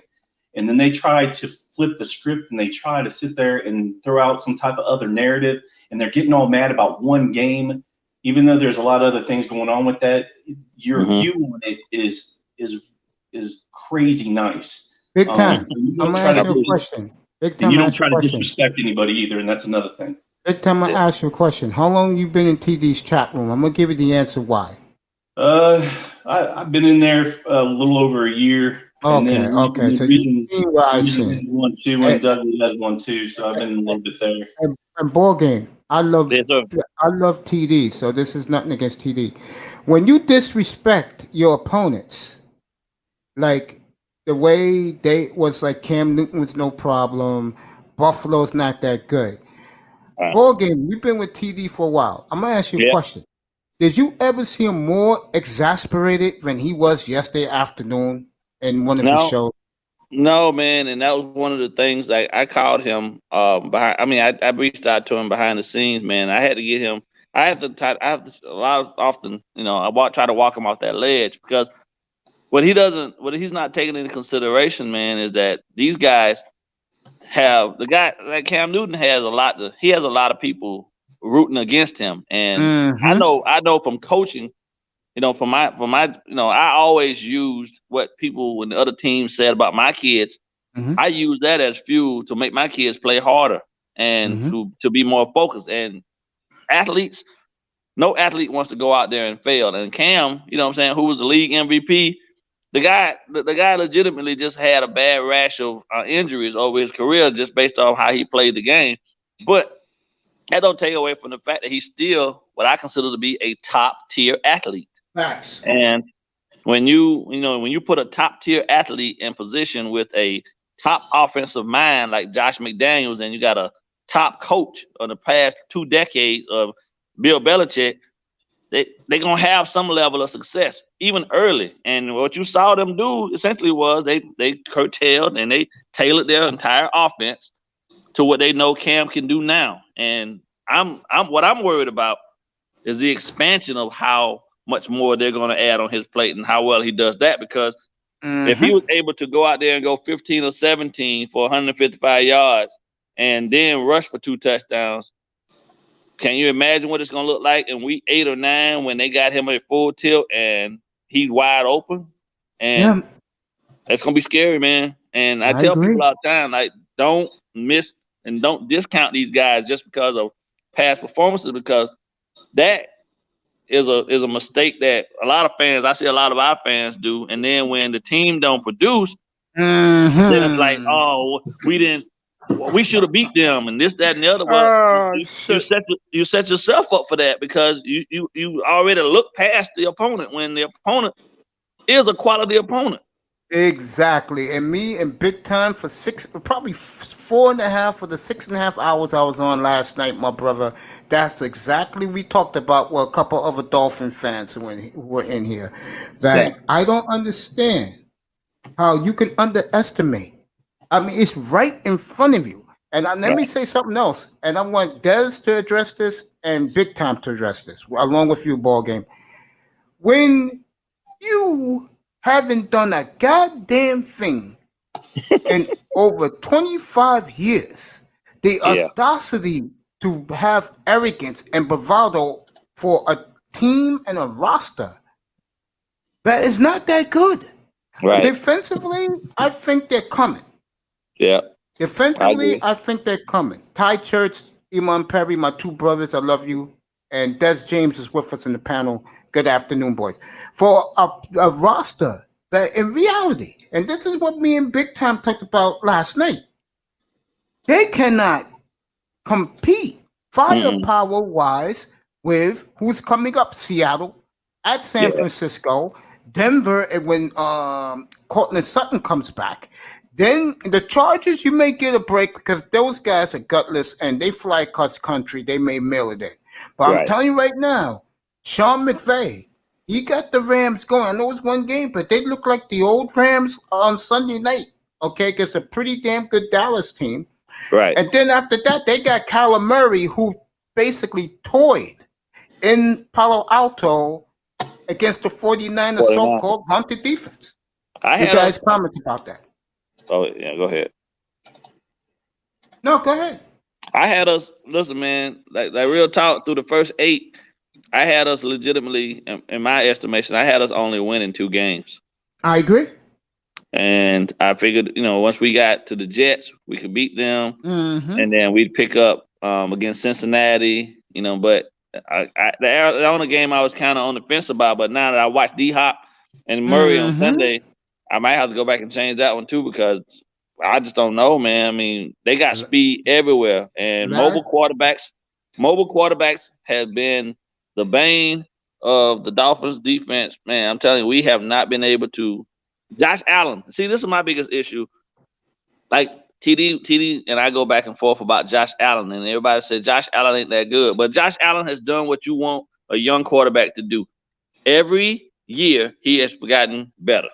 And and every year they've offered him more weapons at his disposal. And now that he has Diggs and Brown, both guys can move. Diggs has one of the best catch radiuses in the NFL in terms of for his catch radius as a receiver. That takes away all of that over the top. He ain't got no accuracy type of conversation because he don't need to. He just put it in the area and Diggs is gonna go get it. And all game. I've been saying the last 3 days in my platform. Kyler Murray, tap dance. Hopkins, toy. They had no answers for Hopkins. Yeah, they had no answers for Kenyon Drake. They had no answers for Kyler Murray. San Francisco defense. That's real. They had a lot of injuries too now, but they didn't. You're right. Their game plan looked like they had no concept of what those guys could possibly be putting out there in front of them. And then they were playing. To me, it looked like the defensive coordinator was adjusting on the fly. But you can't do that against a team that's that talented, especially at the wide receiver and the running back position and the quarterback. That to me, like Kyler, he was able to get first downs at will. You know what I mean? Like nobody on the field was able to actually contain him or stay with him. And Josh Allen is even to me right now. Josh Allen probably a little bit more athletic than Cam. I mean, excuse me. Josh Allen's Des issue James. for Go me. ahead, bro. Yo, go ahead, ball game. I'm gonna go to Des James. Then big time. Ball game. Go ahead. Finish Dez your was comment. muted, but okay. No, Yeah, I'm go ahead, letting Now ball I'm game. just saying, man. Like, I'm go ahead. No, go ahead, Dez. no, brother. I was listening to you. It's Oh, flowing right now. Go ahead. Yeah, go ahead, okay, ball yeah. game. So what I was saying, man, is like what I really be wanting people to remember a lot of the times, and I know that the vast majority of people we talk to, they're fans of the game, right? But I had 17 years of coaching this game, right? And for me, I always look at it from that perspective first, and I look at how a team is built, right? And we have gotten progressively better in terms of names on our defense, but our offense has still, to me, not taken a full step forward. Now I know the anticipation of Tua coming into the fold is on people's minds, and what I'm saying, that's what they want. But I'm not comfortable. I'm still not comfortable with that. I still don't believe that he's going to be enough because we haven't addressed. Well, I think what's going to make him most successful is we get some guys that did the same type of things they did for him in college. Like them guys were fast. You know what I mean? Like he had speed everywhere at receiver position. You know what I mean? And when you got that type of speed on your team and you can spread out teams, then you get to see, I think, the best of what Tua is able to offer us. But right now at this point, that's not what we have, especially with Parker being banged up, Williams being banged up. Gesicki's still trying to figure it out, but there's no number 2 tight end.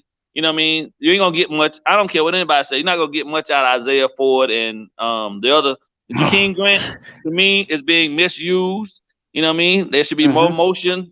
There should be more motion stuff to get him involved in the offense, so that bigger cornerbacks can get their hands on him. But that's all on Shan Gaylor to decide that. But like right now, we don't scare anybody. And I There know you that go. Buffalo. If I was a Buffalo defensive coordinator right now, I'd be licking my chops, man, thinking to myself, like, I'm finna dismantle the shit out of these boys. Who do Imam you Perry mostly said, blame?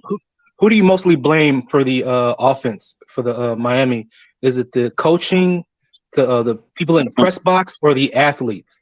No, I Go ahead. blame Greer because he had a golden opportunity, and me and Big Time talked about this at 1:00 in the morning last night, and Big Time could say, "Oh yes, we did." He had opportunities to move up, move down. I Test was in here too. He was bitching like a sailor, and he was right. You had chances to move up, move down, toy with the draft, and instead that damn Greer had his hands folded like a little schoolboy and go, well, we're going to take our running back. He's going to fall to us. They didn't get a goddamn back in the draft. Right. They let the damn Lions take them, and we all know the Ravens hate the Dolphins personally. They said, oh, J.K. Dobbins, we'll take him. I question a lot what the climate is like in the locker room, because I remember when Cam Newton was playing for the Panthers and he was complaining about his linemen not protecting him. Like how do the players on offense feel about their quarterback? I mean, I can't entirely place blame on coaching or people in the press box. What's the relationship like in the locker room? That's where real journalism. That's how you can really see how. Oh, go ahead. Yeah, I think the biggest. No, you gotta. You onto something there. I think the biggest thing to consider is that the guys in the locker room know who Ryan Fitzpatrick is as well. They're not. He ain't fooling anybody. It's not like Ryan Fitzpatrick gonna morph himself into being the next great. You know what I mean? At this late in his career, they know who he is and they know what he's gonna offer and bring to the table. And to some of them guys, right? I mean, if it were me, I'm looking at it. I'm thinking to myself like, how am I really gonna go out here and be the best version of myself if the quarterback that I got ain't even really considered to be that? You see what I'm saying? Big time. Go ahead, bro. Big time. It's all you. Go ahead. Yeah, ball game brought up a valid point with Kyle Murray. I'm sorry, with Tua. No matter what you do with Brent putting him out there, he needs some familiarity to what he's used to in college, and that's the point. I feel that's a valid point to bring up to anybody. And this is what I say, and this is what I believe with young quarterbacks that come out of college and why they fail so horribly. And with the teams that take them over or pick them at first, which I don't know why they feel they have to. and then they destroy their career to where they're building the team. They're building a scheme, the scheme, which then they build the scheme not around the quarterback. The quarterback is built around the scheme instead of the other way around. Does that make sense? Exactly. A lot of sense. Which Yeah. doesn't make any sense.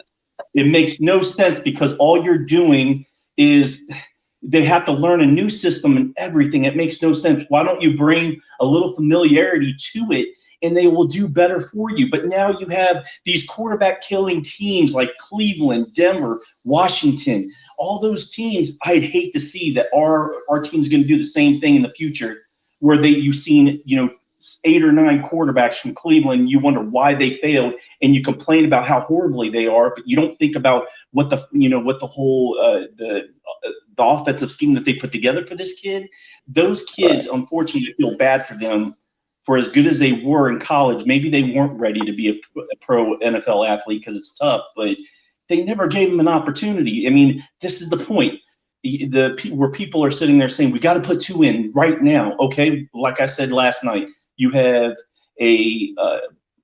people that are sitting there saying, well, if you put him in, he might fail or he might be successful. You have quarterbacks that are successful their first year coming out of college. There's many quarterbacks that come out of their first year that end up failing horribly. So you can make an argument both ways. And I think it just depends. Me, if you have a veteran quarterback like you do with Fitzpatrick, you already know what it is. Why put him in there where you again, where I feel that it's not. I'm not saying that is he really going to do better than Fitzpatrick? The percentages is not. If that's the case, then look at what Andy Reid did with Mahomes. I mean, they had a built team for him pretty much already. Let Alex Smith run the system for a whole year. You knew Alex Smith was going to be gone. Mahomes comes in and he looks well. I mean, you don't know how well he would have done, without Alex Smith there. But would he have done that great? Probably not. I just, the narrative that people are throwing out there about this kid, I'm not saying it's not, he's not good, but did we really, again, there was another thing last night that I brought up. Did we really want to draft him anyways, or did Flores want to draft him? Because no, it wasn't Flores, it was the ownership. Well, what I mean is, did Flores want him though? I mean, no, he wanted that kid from Clemson. I brought that up to you last night. He wanted that kid from Clemson. Isaiah Simmons. Yep, that's who he wanted. Fit the scheme perfectly. Iman Perry says, now I understand why Eli's dad didn't want him to go to the Chargers.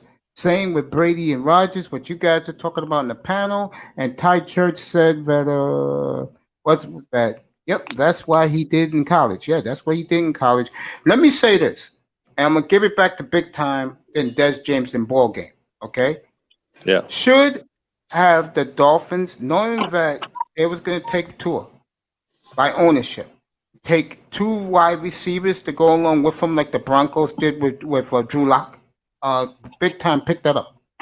Should we have done that in the draft? Yes, since you knew you was drafting Tua.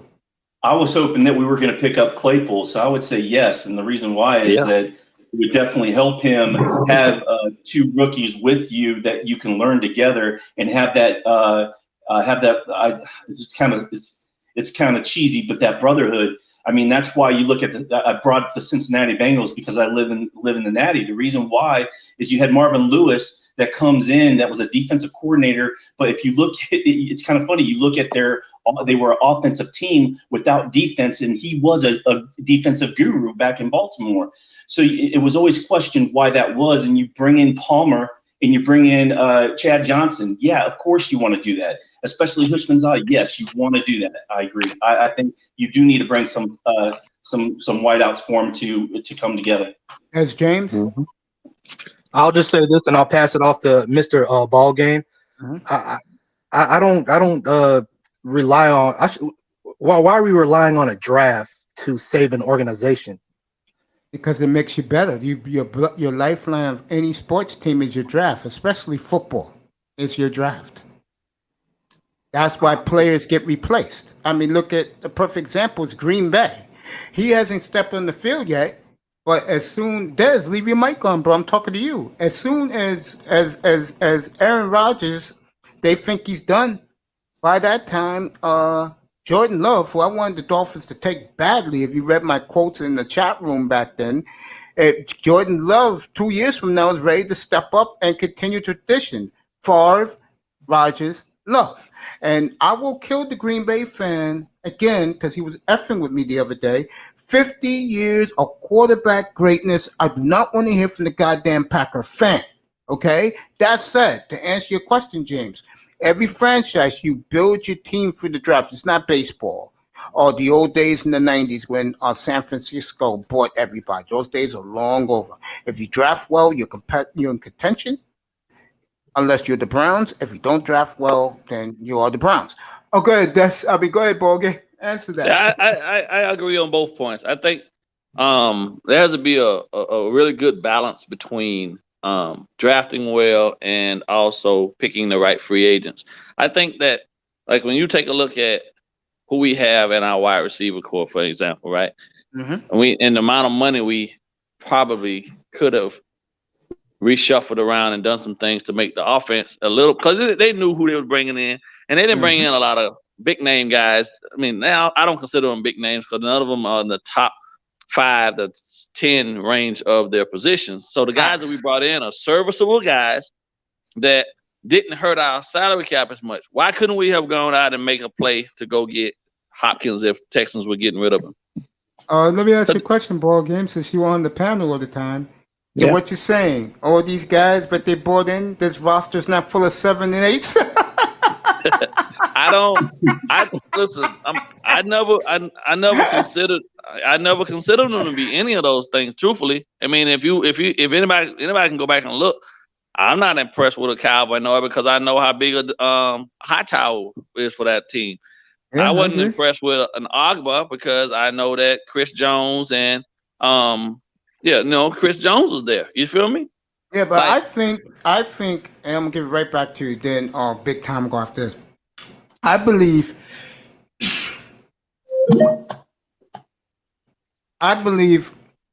their shortcomings are going to be on offense this year. Defensively, they will grow. They're going to be I said.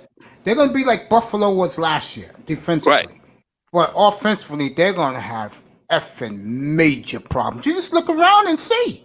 There's not a player on their offense that scares anybody's defense, and they have damaged goods. Breeder, damaged goods. Howard, damaged goods. Parker, damaged goods. Williams, damaged goods. Tua, damaged goods.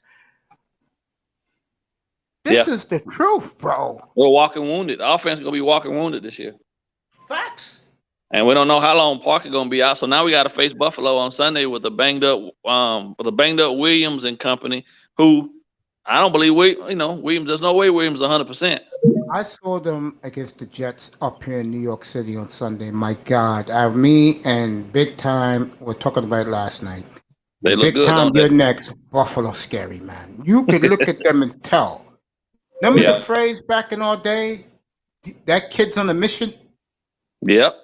Buffalo's on a mission, bro. What they did to Sam Darnold and to the Jets last week, they were toying with them, bro. Right. And I'm looking at Gase's face. That's and week Gase 1. is like, how quick can we get on the plane? Big Time, go ahead. Yeah. Ball game. Somebody was bringing up yesterday that we keep on picking up players that are has-beens and either been broken, and we're really not picking up players that are actually that we can benefit from and actually can grow with. Do you think that's right? That's facts. Yeah, I agree with that 100%. And we've had bad drafts the last 20 years. Don't forget that too. So Greer's been with the GM 20 years. Is that correct, Mace? Yes, he has. So then, and we were talking about that, and he was one of the individuals on there was talking about, because I like Flores, I like his attitude. I just like I do like him. But me and you like bringing up, why he hasn't done anything, and you're continuously to lose. How long are you going to give him? And they talked about Greer as well. So if Greer is the problem, and he's drafting the way he wants to, instead of Flores not picking the people that he wants, then when is it going to become time to sit there and say enough is enough? Let's get Greer out of there, because this is going to be a continuous motion. I have a question for you, Ball Game, and then I'm going to Des James. Here you go, ball game. 2 years ago, it was documented, and I believe it was true. I don't care what Omar says. I'm gonna get Omar Kelly here next week too. I don't care what Omar says. Me and Omar's tight. Ross wanted Jackson, and Yeah. Tannenbaum shot it down. And the owner never liked Minka Fitzpatrick, never spoke to him, never greeted him in the organization. We got rid of him. This is the problem. He should have took Lamar in the story. Didn't do it. And the question I have for you is, we were saying this last night, that the Dolphins, when you look at the way they pick players, it fits their country club community down there in West End and Davie. It fits their image more than what the team should be. In other words, this team never take bad asses. You agree with that?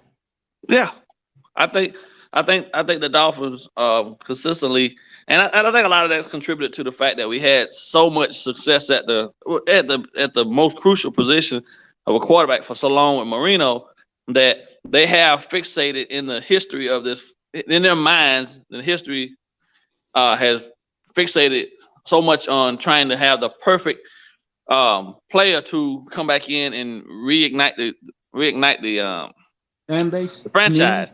That's why there's so much. That's why there's so much push also behind Tua and everything you see about. He's such a great kid. You know what I'm saying? He loves God, all that type of stuff, and all of the stuff about him. He's supposed to be the savior, right? But y'all know as well as I do, at the end of the day, on the football field, you need a dog, and you need an alpha. You need an alpha dog. Look at Seattle. I'm going to keep the same topic and keep it with you, ball game. Russell Wilson, look what Jamal Adams brought to that team. I saw that whole game Sunday. They destroyed Atlanta, bro. They was up 38-12, bro, in Atlanta. Matt Ryan had no clue. Who's my running back from the Rams who went to Georgia? Oh yeah, you talking about Gurley? No clue. He got a cheap touchdown, but Jamal Adams was in his face stopping the run all day. That's what we're both talking about, and this is for you, big time. That's the problem with the Dolphin franchise. They don't draft alpha dogs. Imam Perry said, "Oh, that's right, y'all. They did have a chance at Lamar. Everybody did, laughing out loud." Yeah, back to you, ball game. You're right. Continue with that point about lack of alpha dogs around the field. Hey, gentlemen, I'm gonna give me half an hour. I'm gonna go hop off. I'm gonna go find some place to park, and I'm gonna hop right back on. Half an hour. That's James. That's you. Yes. There. All right, bro. We're here, bro. Don't worry about it. We're rocking this. Go ahead. That's the thing, though. You know, you can look at our offensive roster, and you can't identify one dude that would be able to leave us and go somewhere else and be the leader of a group on another team. You know what I mean? And that's the problem. Big time. Go ahead. Answer that. No, I mean, ball game speaks the truth. It's like, listen to sweet nothings in my ear.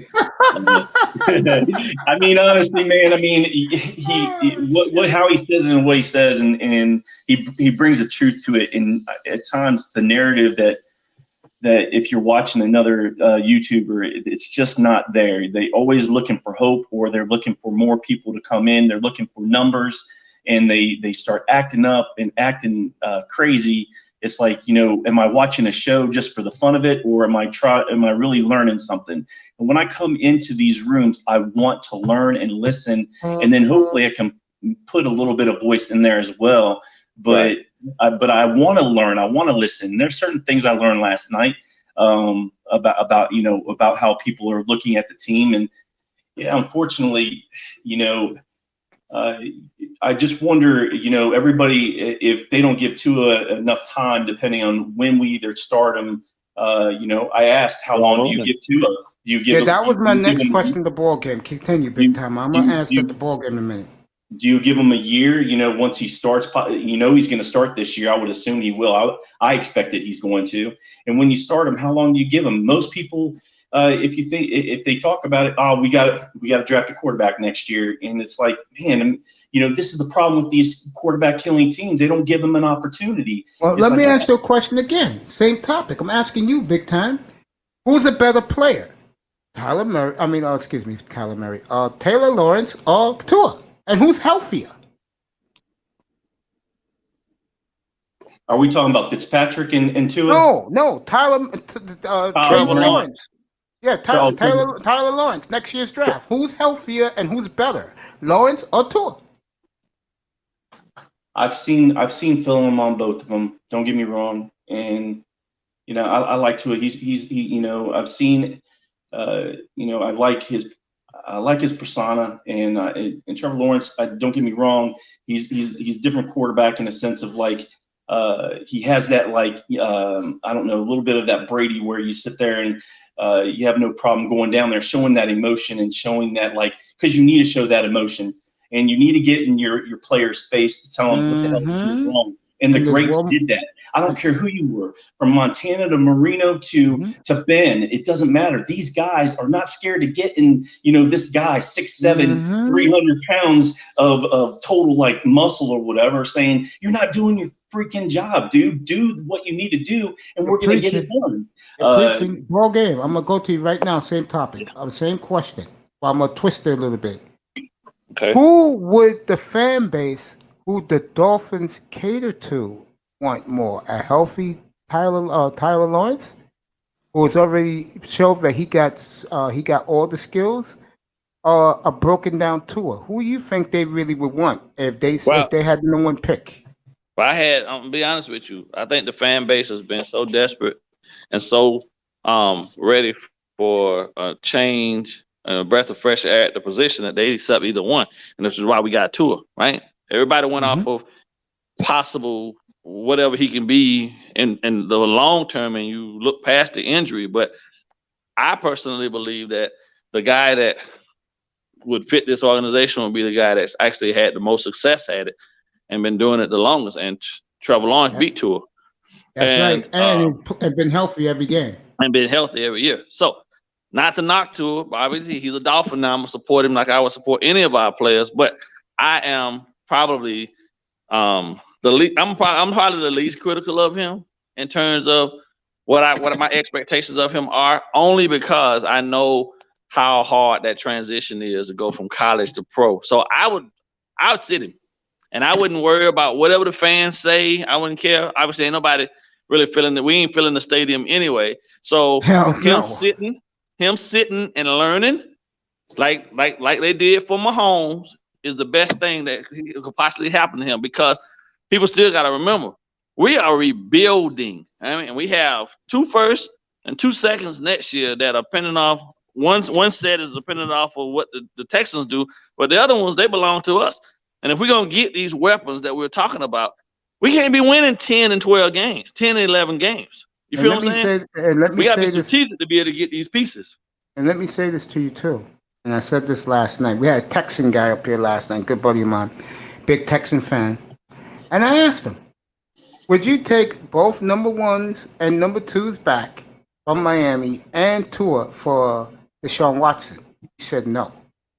Right. And I shook my head. I wouldn't either. No. If you was the Texans, you wouldn't make that trade with Miami? No.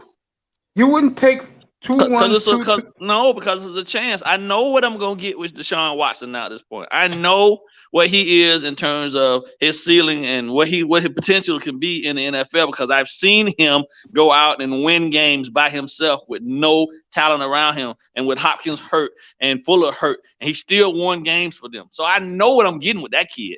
Yeah, I don't know. You need a draft. You need a draft, though. No, but here's the thing, though.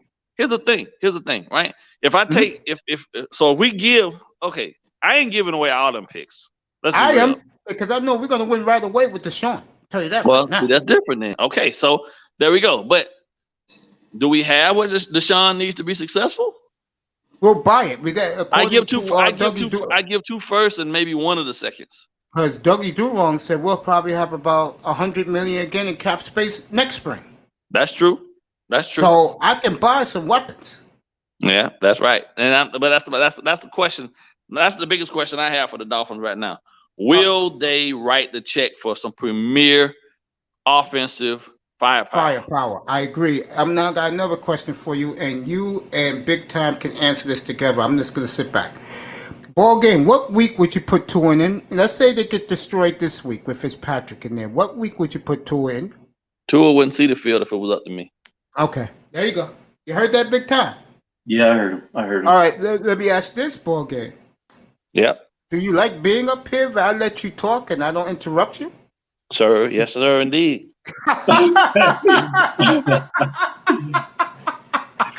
I've had more guys come in here who I would never thought in my wildest dreams, ball game, pop in here, pop up on the panel, and then they say, yo, I like you because you let us talk.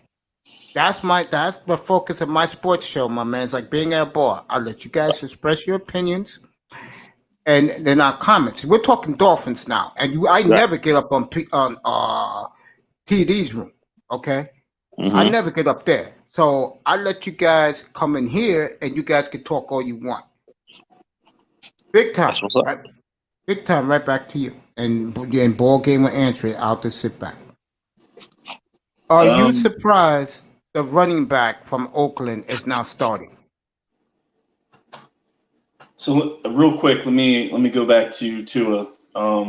If I think that he's going to start, if the Dolphins don't do well against Buffalo, which you would assume that they're not going to, because if you know what's best for you, or you're not looking at it as as we can win every single game, go 16-0. Yeah, it's not going to look pretty at all. I'm with ball game. I feel that, I did say last night that if in fact we lose that badly, or we really are taking a hit, everybody in the fandom area is going to be calling for Tua's head. They're going to want him in. And it's going to be hard for the owner, and I especially think the coaches, not to put him in by week 3, or even after, when we go through Seattle and San Francisco, or maybe by the break, by our bye. But I think that it's best to keep him where he's at because of the BS that's going on. It's not going to help him. I think it's going to hurt him. I also believe that if you keep him all the way through, he's just going to get NFL strong, NFL ready, be more confident. And this is what I was talking to that individual about the Dallas fan. Ty Church, yeah. Yeah, go ahead. Go ahead, Big Time. Big Time, you there? Big Time. I'm not sure what happened to him. Don't worry about it. Big Time, you not there, bro? All right, ball game. Big Time, be right back up. Oh, Big Time, you there? All right, ball game. Let me ask you this, because I've heard you and I've seen you so many times, bro. Okay, up in TD's room. Do you buy half the preaching he be doing? Well, I know. No, I love him. Don't get me wrong. I'm not dogging him. I'm just curious because I'm talking to one of his loyal panelists. I think it's sometimes it can be a little borderline over the edge. Dangerous. It's a little dangerous because people really listen to a lot of what he says, and a lot of the other YouTubers say. And I think there's a thin line between telling people the truth and telling people things that you feel, because our opinion. You there? What's happening to you guys, man? You there?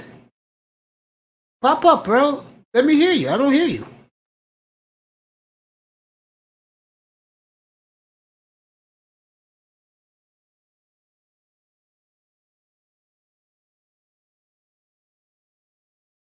Oh, stop it here.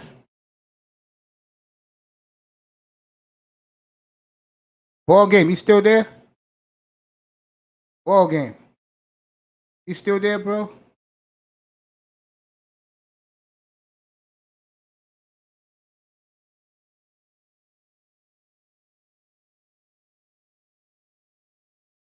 "72 Fins logo. Come up if you want to, bro." Everybody's gone. Hey, what the hell happened here? All right, let me check this out. Everybody's like disappeared from here, bro. I mean, what the hell's happened?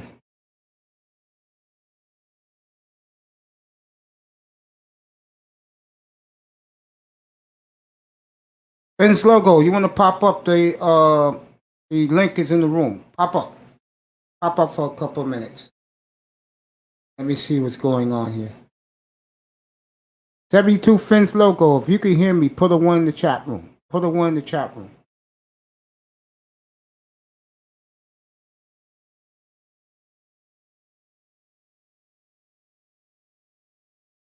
Vince Logo, if you can hear me, put a one in the chat room.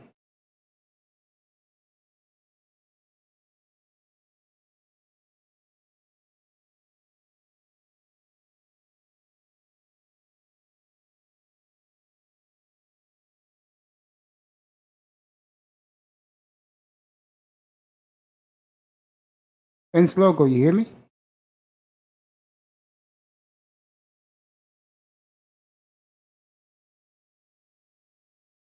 Yeah, what the hell happened to all my guests, bro? I was letting these guys rock this, DJ Moss. What the hell's happened to my guests? It's like they all disappeared from me, man. What's up with this? You see everything good? You see my room good? You see my logo? My Mace Taggart Experience logo? Put a one in the chat. You see it, boss. Put a one in the chat room if you see everything is okay.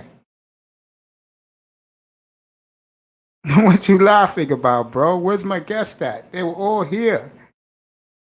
Yeah, you see me, everything. You're laughing at me, bro. My guest just like popped out of the blue, bro. What happened here?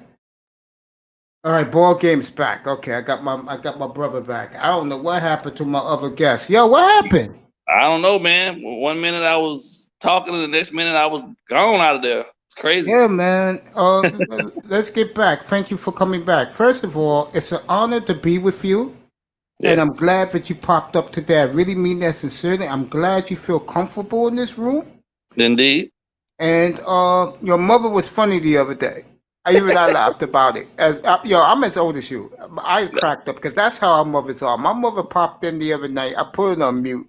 And I'm like, Mom, what happened? My mother said, hey, I'm leaving. I said, go. Finn's logo said he can't hear me. I don't know why. I mean, everybody else, ball game hears me. Right. He says he can't hear me. I don't know what's up with that. Logo, you hear me now? Put a one if you do. DJ Moss says he sees my logo, he hears me. 72 Fins logo, don't hear me. Yo, come up, 72 Fins logo. Me, Mr. Ball Game here, and Big Time should be back.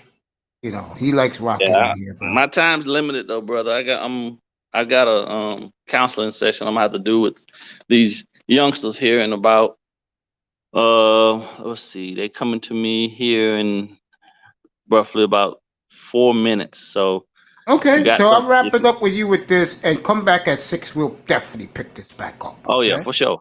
I'll end it with you. You said you will not play him this year. I wouldn't. But my question to you is this. Mm-hmm. If you have a chance, let's say the Dolphins are picking 1, let's say 5. I think Houston's going to be terrible with their schedule. I think they're going to quit on O'Brien. Would you pick Trevor Lawrence if you had the number 1 or 2 pick? Would you do it? There you go. My brother, welcome to the family. I love you, bro. You're always welcome here, and me and you will start those Dolphin memories. For you, we'll start with the Marino era. How's that Saturday afternoon? Sounds good to me, bro. I love you, bro. Kiss your mama for me, okay? And tell Mom to make you some pork chops and some smothered potatoes, okay? Indeed, bro. I'll get back at you later this evening. Yeah, I'll be on at 6. I love you, bro. Have a good day. All right, man. Love you too. You too, bro. That's the great ball game that came on. All right, I'm going to do the Clippers since people want me to talk about the Clippers. DJ Moss, you want me to talk the Clippers, bro? I'll do it. All right. That is a catastrophe that happened in LA. They are the second team in LA. And when you're the second team in a major market with the premier team of the sport in the Los Angeles Lakers, you blew it. And if I was, I forgot the owner's name now. He was on my mind the other day when I killed the Clippers. Iman, you in here? I'm clear on the Clippers now. If you are Steve Ballmer, very good. If you're Steve Ballmer, everyone's fired. I'm sorry. I love Doc. Everyone's fired. Everyone's fired. You lost you again? I'm here, bro. I mean, I don't know why I'm lost. I don't got no strikes against me. I've been doing well. Logo, come up. This come up, bro. I'm sending the link. This pop up. We'll talk Dolphins again. Okay, come up. The link is here. It's in the room for you now. Come up. Come up, logo. I put the link in. This pop up. Moss.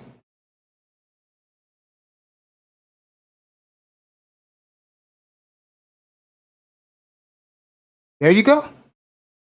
Moss, that's great for you listening, my brother. There you go. There you go. Clippers. We know what's going on. Let's not kid ourselves, okay? Let's be realists here. Let's be real here. We know why the NBA has always been staged, okay? Since the not the Jordan era, because the Jordan teams were just that dominant in the 90s. It's been rigged since the 80s and the Shaquille O'Neal era. We know that, and that's the 90s. I mean, the 2000s with LA. We know what's going on here. We know what's going on, brother. You're absolutely correct. We know what's going on. Clippers didn't want to really be there. Paul George is probably in his Thousand Oaks estate with about 6 women. That's how these guys roll. Not kid ourselves, bro. Those guys are ecstatic. They're not in the bubble anymore. And I don't watch basketball anyway. But Morris, I'll say it again. That block by Bam Adebayo the other night on Jason Tatum tried to do a facial to him late in that game was the best defensive play and the best player of the year. Bar none. 72 logo. Bro, type in the chat room what week you will put Tua in. Type it in the chat room, bro. Yeah, man. I mean, getting back to the Clippers, bro. It's a disgrace. It's an absolute disgrace. I don't understand why these things happen to these teams. Why this league cares more about the back of the jersey than the name in front, the city that the cities they represent. It's pathetic, bro. And that's why I don't pay the NBA attention. Applaud Popovich and the San Antonio Spurs for what they've done. 72 logo is trying to put the link up again for him. Put it down in the chat room so my brother can pop up and talk some more Dolphins talk. Okay. Yeah, man. I mean, Miami, by the way. Spo is a hell of a coach. They don't like him in South Florida. I don't know why. But Spoelstra's doing a hell of a job. Some people were saying the 76ers was going to make it to the finals. And don't ever buy that one with that group. That was one of the weird predictions that they were talking about, but happening to the Clippers is losing. Yeah, right.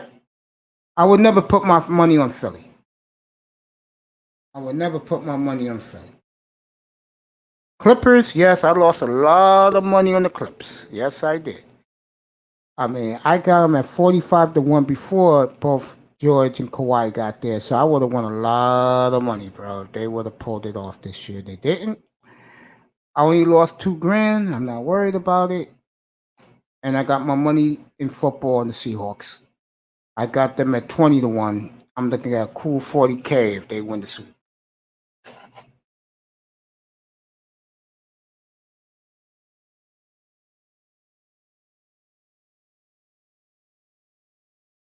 Moss, what team you like in football again? I know you was in the contest, right, for the authentic jersey? The over and unders? You was in the contest, right? What team do you like, bro? Who's your squad in the NFL? Trying to get 72 Fens logo up here so we could talk a little bit.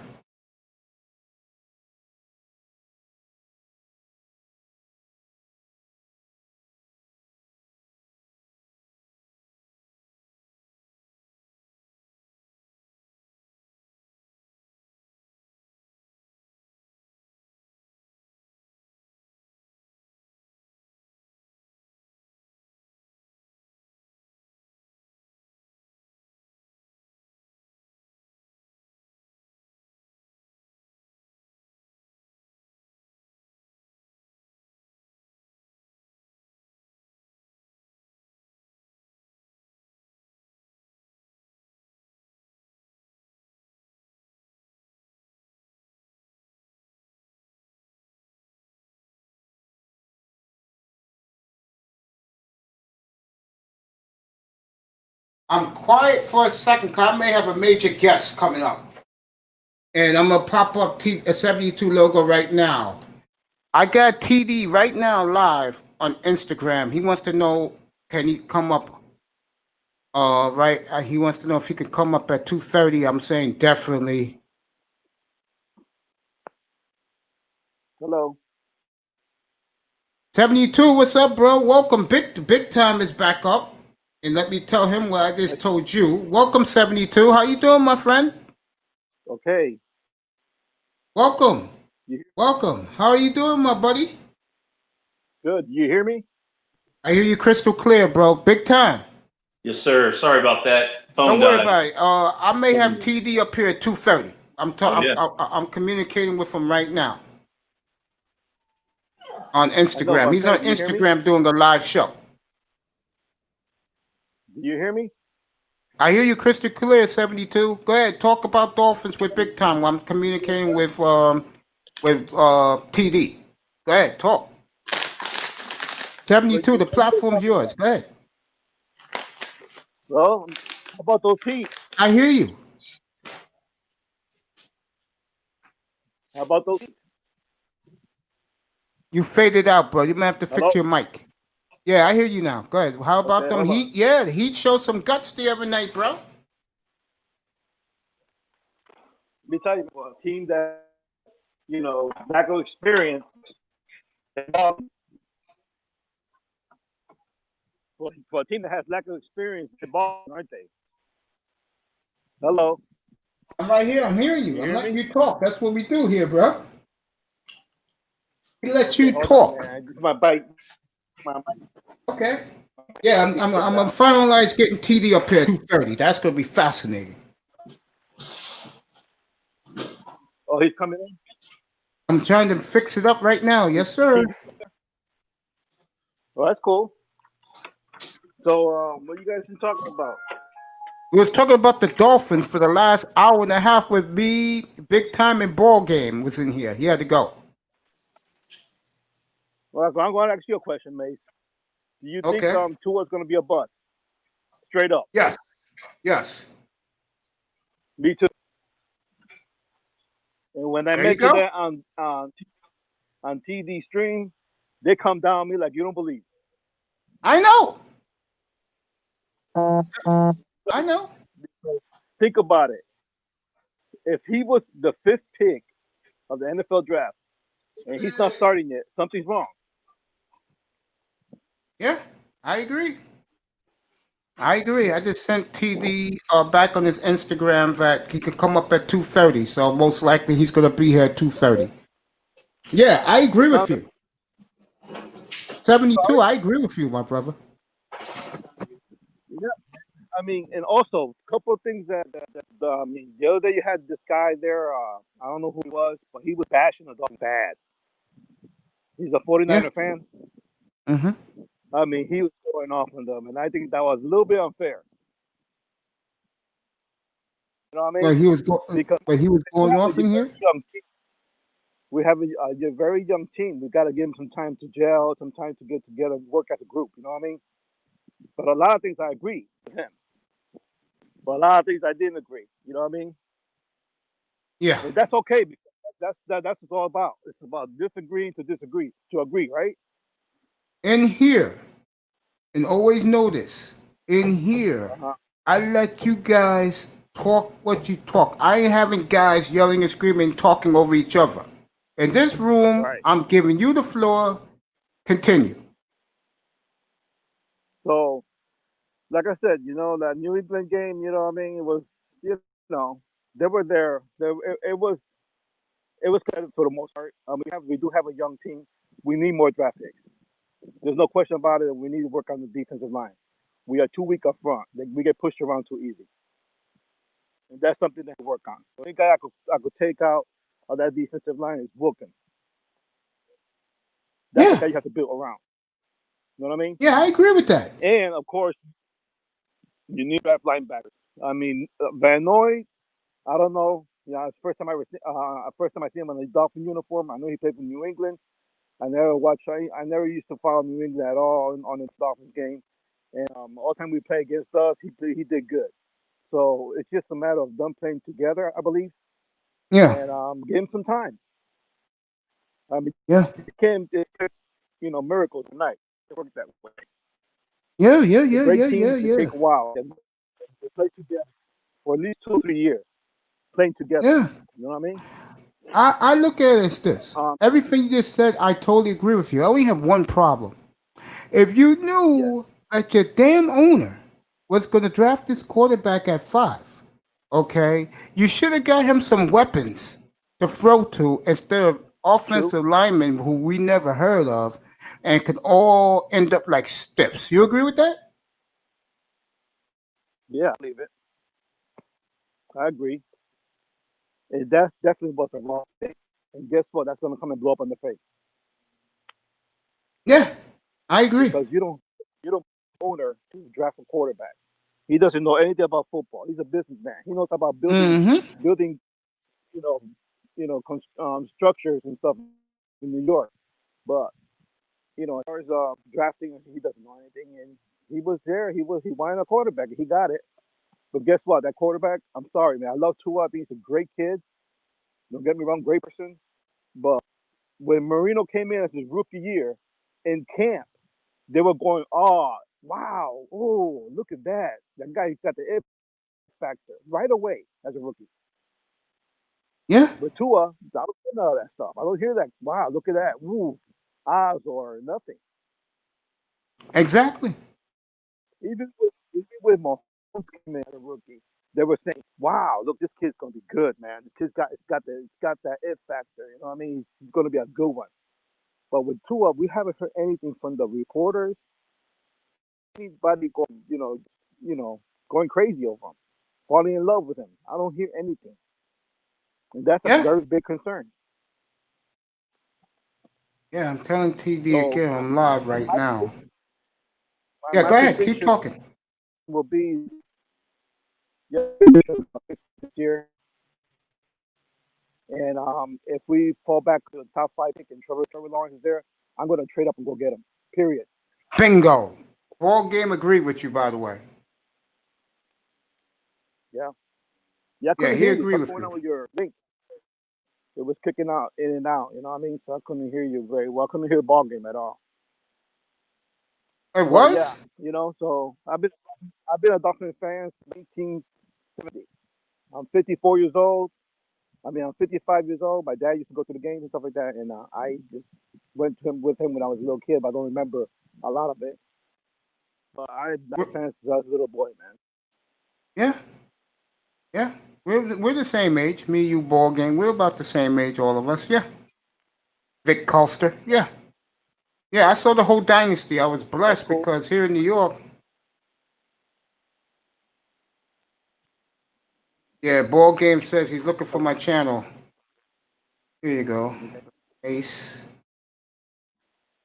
Taggart Experience.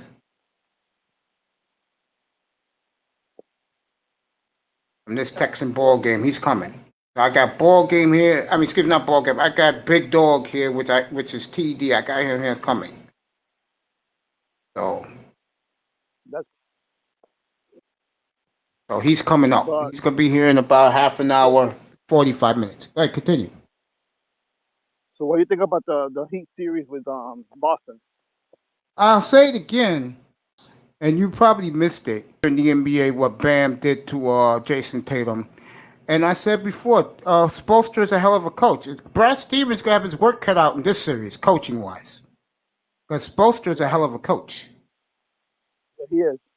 People don't give him Yeah, credit. you should be proud that the Miami Heat has given you something. He is Yeah, they have given you something to enjoy. I've been going. When I used to live in Miami most of my life, and I moved up to Ocala, Florida, which is North Florida. But I Hmm. went to the first Heat game. The first Heat game I Yeah, went to. It was amazing. It was the Miami Arena, and from there on, I was a Heat fan all the way. I stuck to them through thick and thin, just like the Dolphins. yeah, I stick to it through thick. I will not I'll be a Dolphin or Heat fan to the day I die. You Yeah, know what I mean? yeah. How about you? What's your Let me team? type in my what you call TD. Keep talking, bro. Yeah, yeah. The Heat. Give them credit. I mean, they deserve what they've been doing, man. I mean, they have Yeah. done a phenomenal job of what I they've mean, done. they have accomplished a lot just to make it this far. I agree. I mean, you're not getting an argument from me, 72 logo. Hey, how's my man,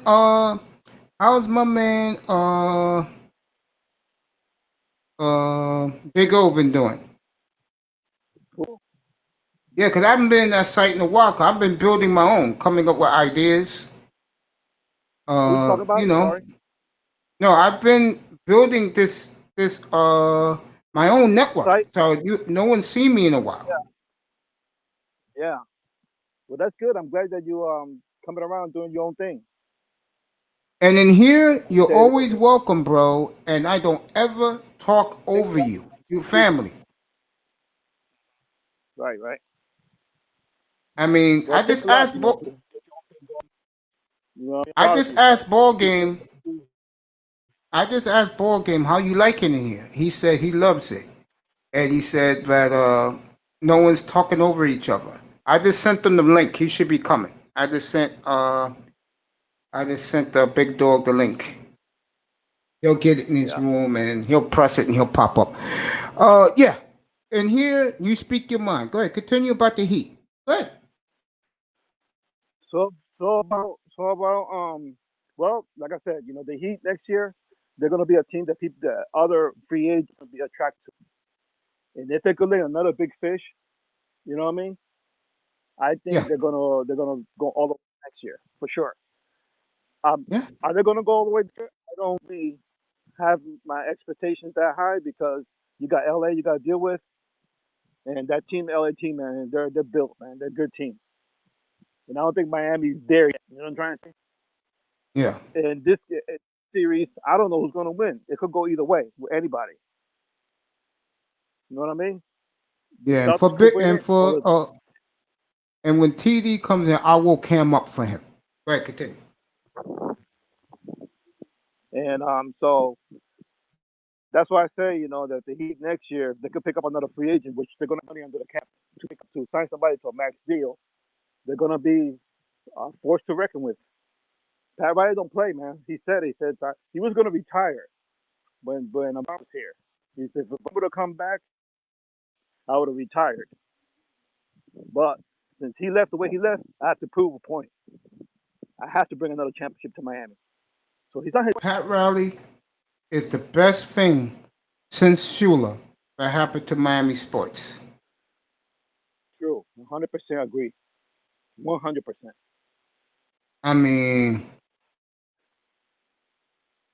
then the hyperlink. Do you know And what hyperlink is? hyperlink, Yeah. isn't that the link on the Safari? What's the hyperlink? I don't know, but that's what TD told me to send them. The hyperlink is the link that you put down. Yeah, that's what I'm doing. Yeah, that's what I'm doing for him right now. Get him Yeah, in that's here. hyperlink. Yeah, so like I said, you know what I mean? Let's change it to back to the Dolphins. This is Go season. ahead. Back to two, but We could talk Dolphins all day. I think a couple of mistakes that Flores made. This is my opinion. Mhm. One, got rid of the coaches last year. I think that was a big mistake Mhm. by his part. Okay, I would have kept O'Shea. Mhm. It must have been his offense could have been a little bit complicated, but look at New England. They got the same offense, and it's complicated. They might well. Cam came in with a difficult offense, and he read it well. He learned it well. So what was the big deal about this? You cannot be able to take it up. That's bullshit. Then you bring a guy in Shane Gailey that his offense, to me, my opinion, is so predictable. It ain't funny. It's like high school offense. It's simple. Simple's not always better. You're too predictable, and that's what the problem I have with Shane Gailey. That offense is too predictable. He'll come back and blow up on Flores' face, unfortunately.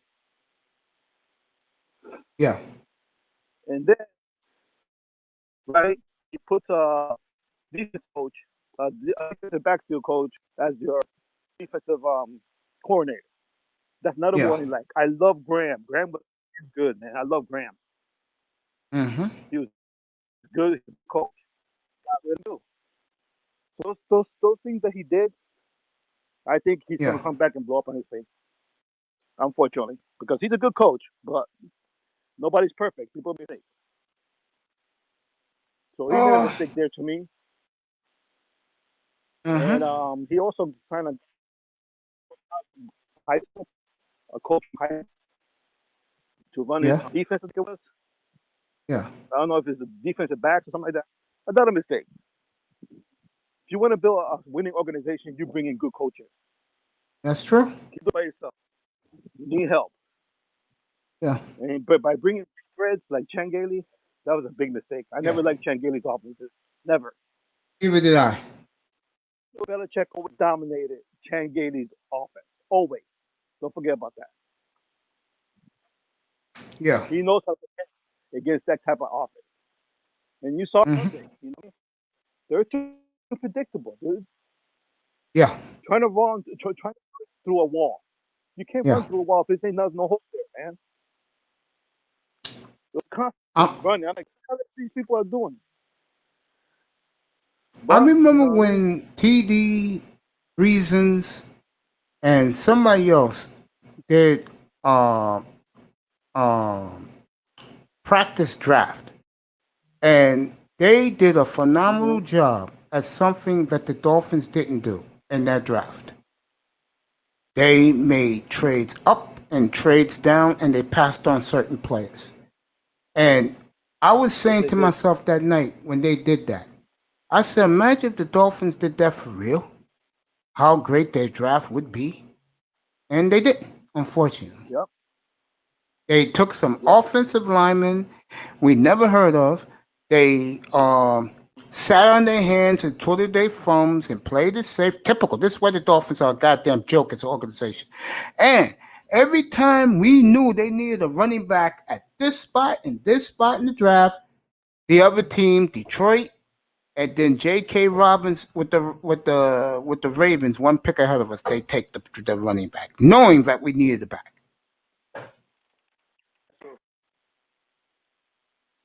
Because they think they could, you know, they think they can train these running backs to be good. I mean, they think the coach will be good. You there? Yeah. TD said this link is not working. Let me see something.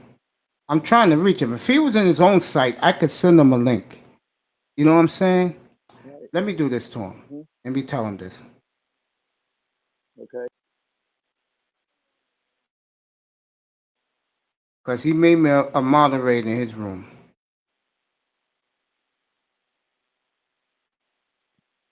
I'll send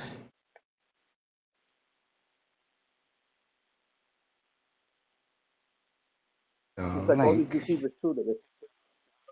Yeah, I know. All these receivers, they can coach them up to become great receivers. But the problem is, you got to have the talent to be a great receiver. Big Time is back. That's good. Big Time, I got you, bro. In a second, I'm reaching out. TD, that can't get my link, so I'm going to send TD my link through his chat room. Go ahead.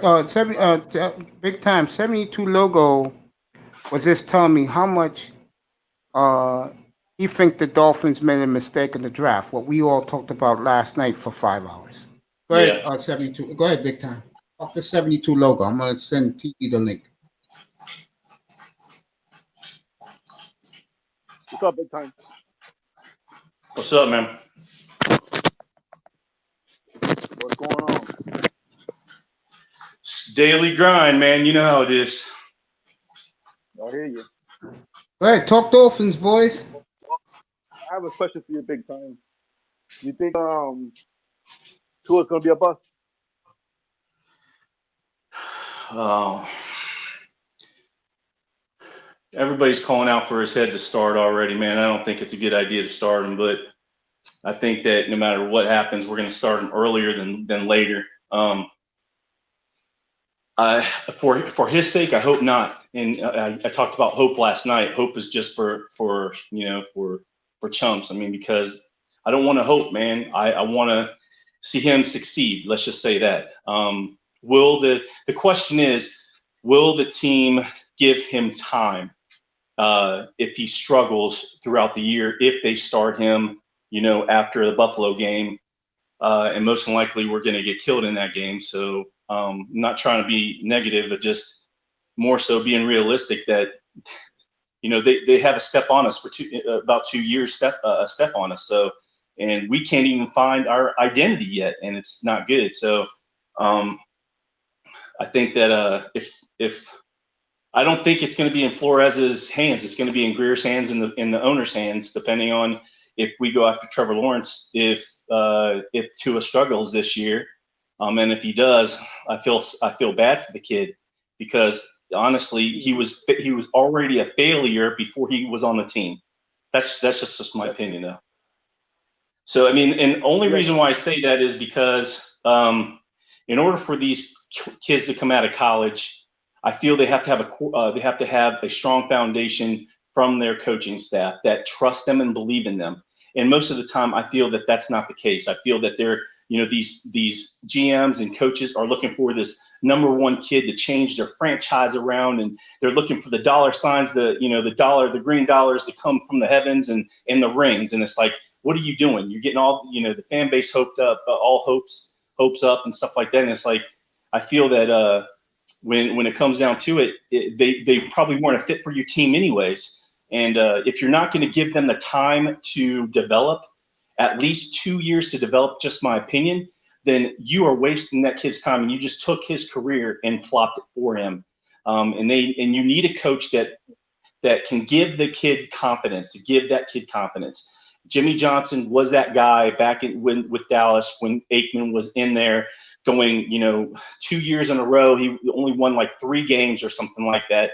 And it's like the reason why, that he still was successful. And Aikman even said, if you watch a lot of videos on him, he sat there and said that he had started questioning himself because he was getting hit so many times and he didn't feel like he was losing any confidence. But then you have a coach like Jimmy Johnson probably sitting in the back of his ear, sitting there saying, listen, Aikman, Troy, don't worry about it. You are my guy. We're going to get this situated. I'm going to get you a team. Just keep on pushing, keep on pressing. You're not going to be knocked out. We're going to give you that time. Just keep on pushing. And that's the type of coach that you want. But you don't have those coaches here. It's all about win now. Even back then, it was win now. But again, it takes a special coach to develop a player like that. That's what I'm saying. Because if there was a coach behind Aikman and what Aikman did for the 4 years there, the first 2 years, Aikman would have probably been gone already, and he wouldn't be the guy he is today that we look at and say, man, he was a good quarterback. Right. I agree.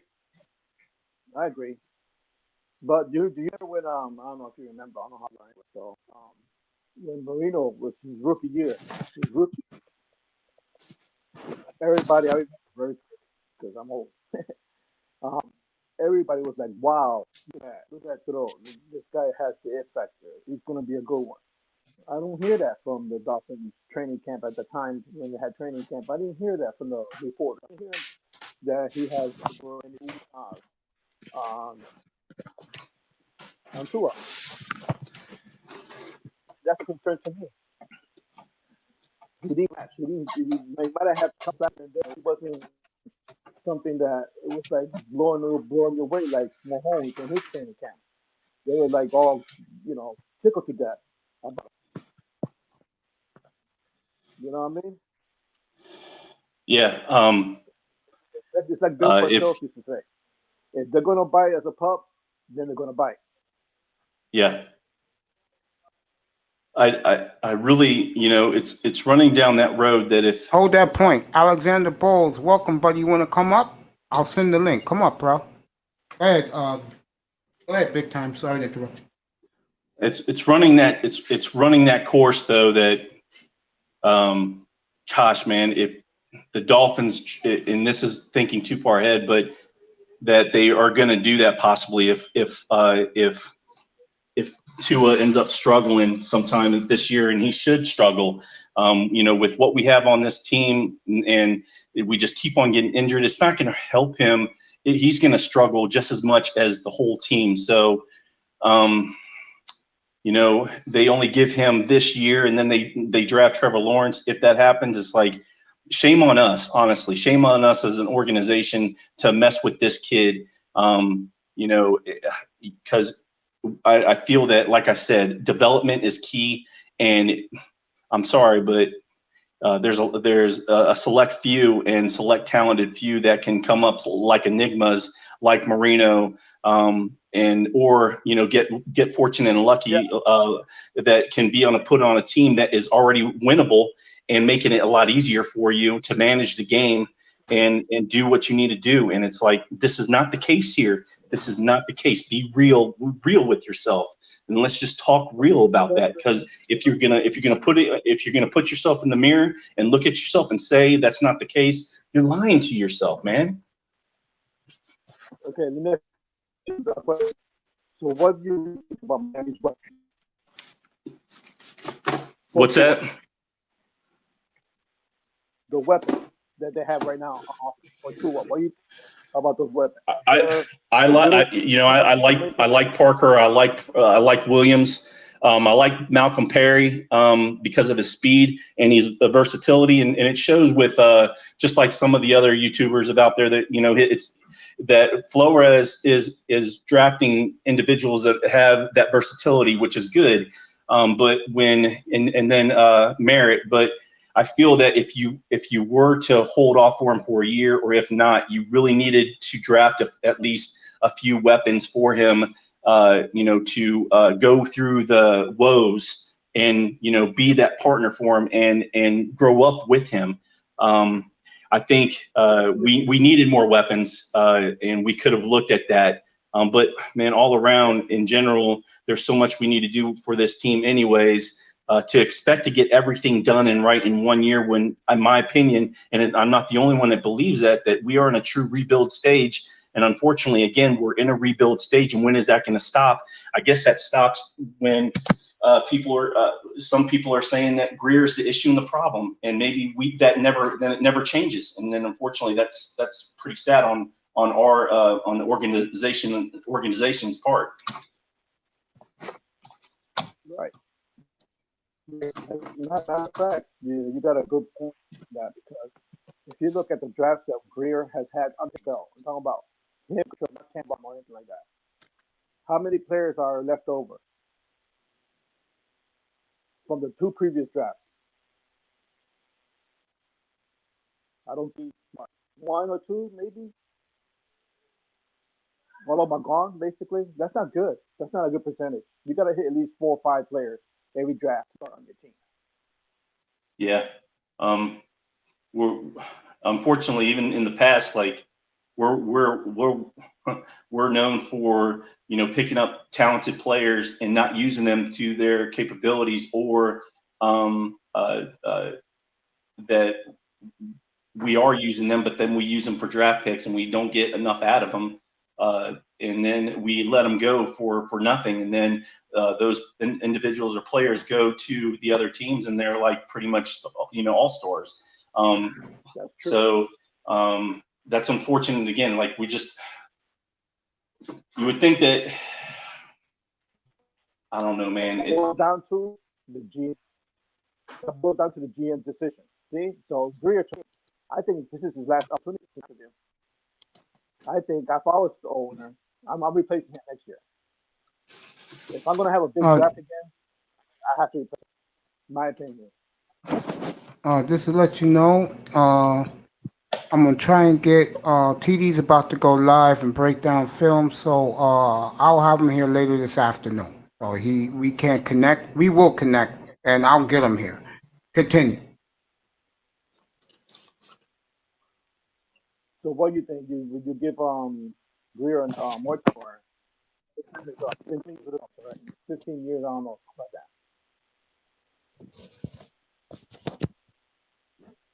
Big time. How long? He asked you how long would you give Greer? I mean, from Mace, from what you said, that Greer's been 20 years in, right? Yeah. So I think that the way it's been shown that how we've been building our teams, and then here recently, I think you would think that he'd be the issue and the problem.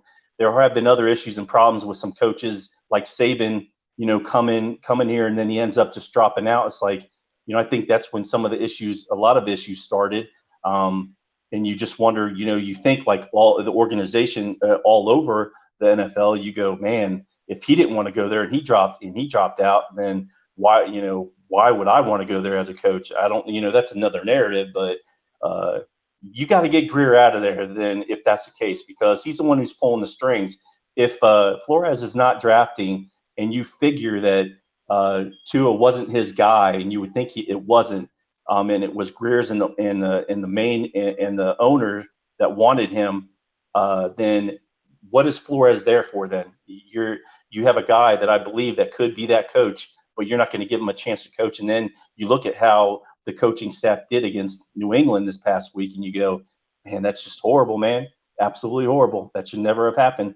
I think that, we have made some successes, but we were talking last night, like, with Greer, he's the main key right here for us to be successful. And he hasn't done it for 20 years. It's time for a change, maybe, right? Of course. 72 Friends Logo, what do you think about that? Getting rid of Greer if things backfire this year. I think we have a big draft coming up next year too. It's going to be a tough decision for whoever's involved, to replace him. He's been around for a few, you know what I mean, and you haven't seen a lot big. You haven't seen results. To be honest with you, only a couple success here and there.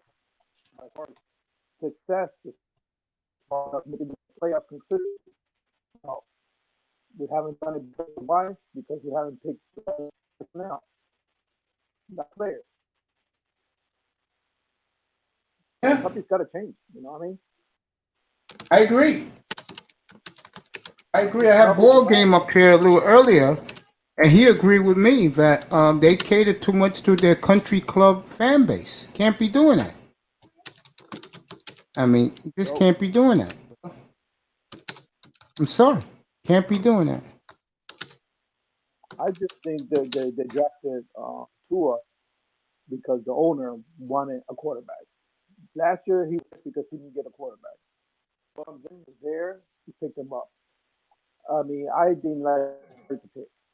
I felt like Tua, was college, he was good, yes, but you have to see what he had on him. He had a great offensive line, a great weapon.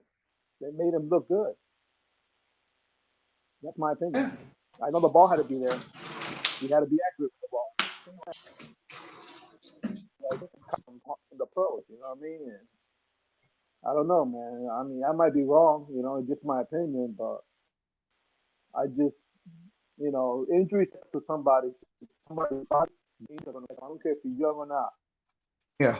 When you got injuries, it's gonna affect some type of problem with your body. You're not gonna throw. You're gonna have the same velocity on the ball, or actually, I mean, it comes back and gets you. Too many injuries will get you. And that's my point on tour. Just been announced. A fan who attended the Chief game last week caught COVID-19. Caught the plague. Let me just put it that way. Continue. 72. A player, you said? No, a fan. Oh, a fan. Okay. Yeah, not a player, a fan. On the Chiefs game? Yeah, last week. Yeah, last Thursday night. Okay, in the Chiefs game. Well, that's why you have to wear your mask. There was a whole bunch of people out there in the game. So they didn't have the mask on. There you go. Doing that stupid tomahawk chop. Do your part. Put the mask. Facts. That's the bottom line. I've been wearing my mask. I will not leave the house without wearing my mask.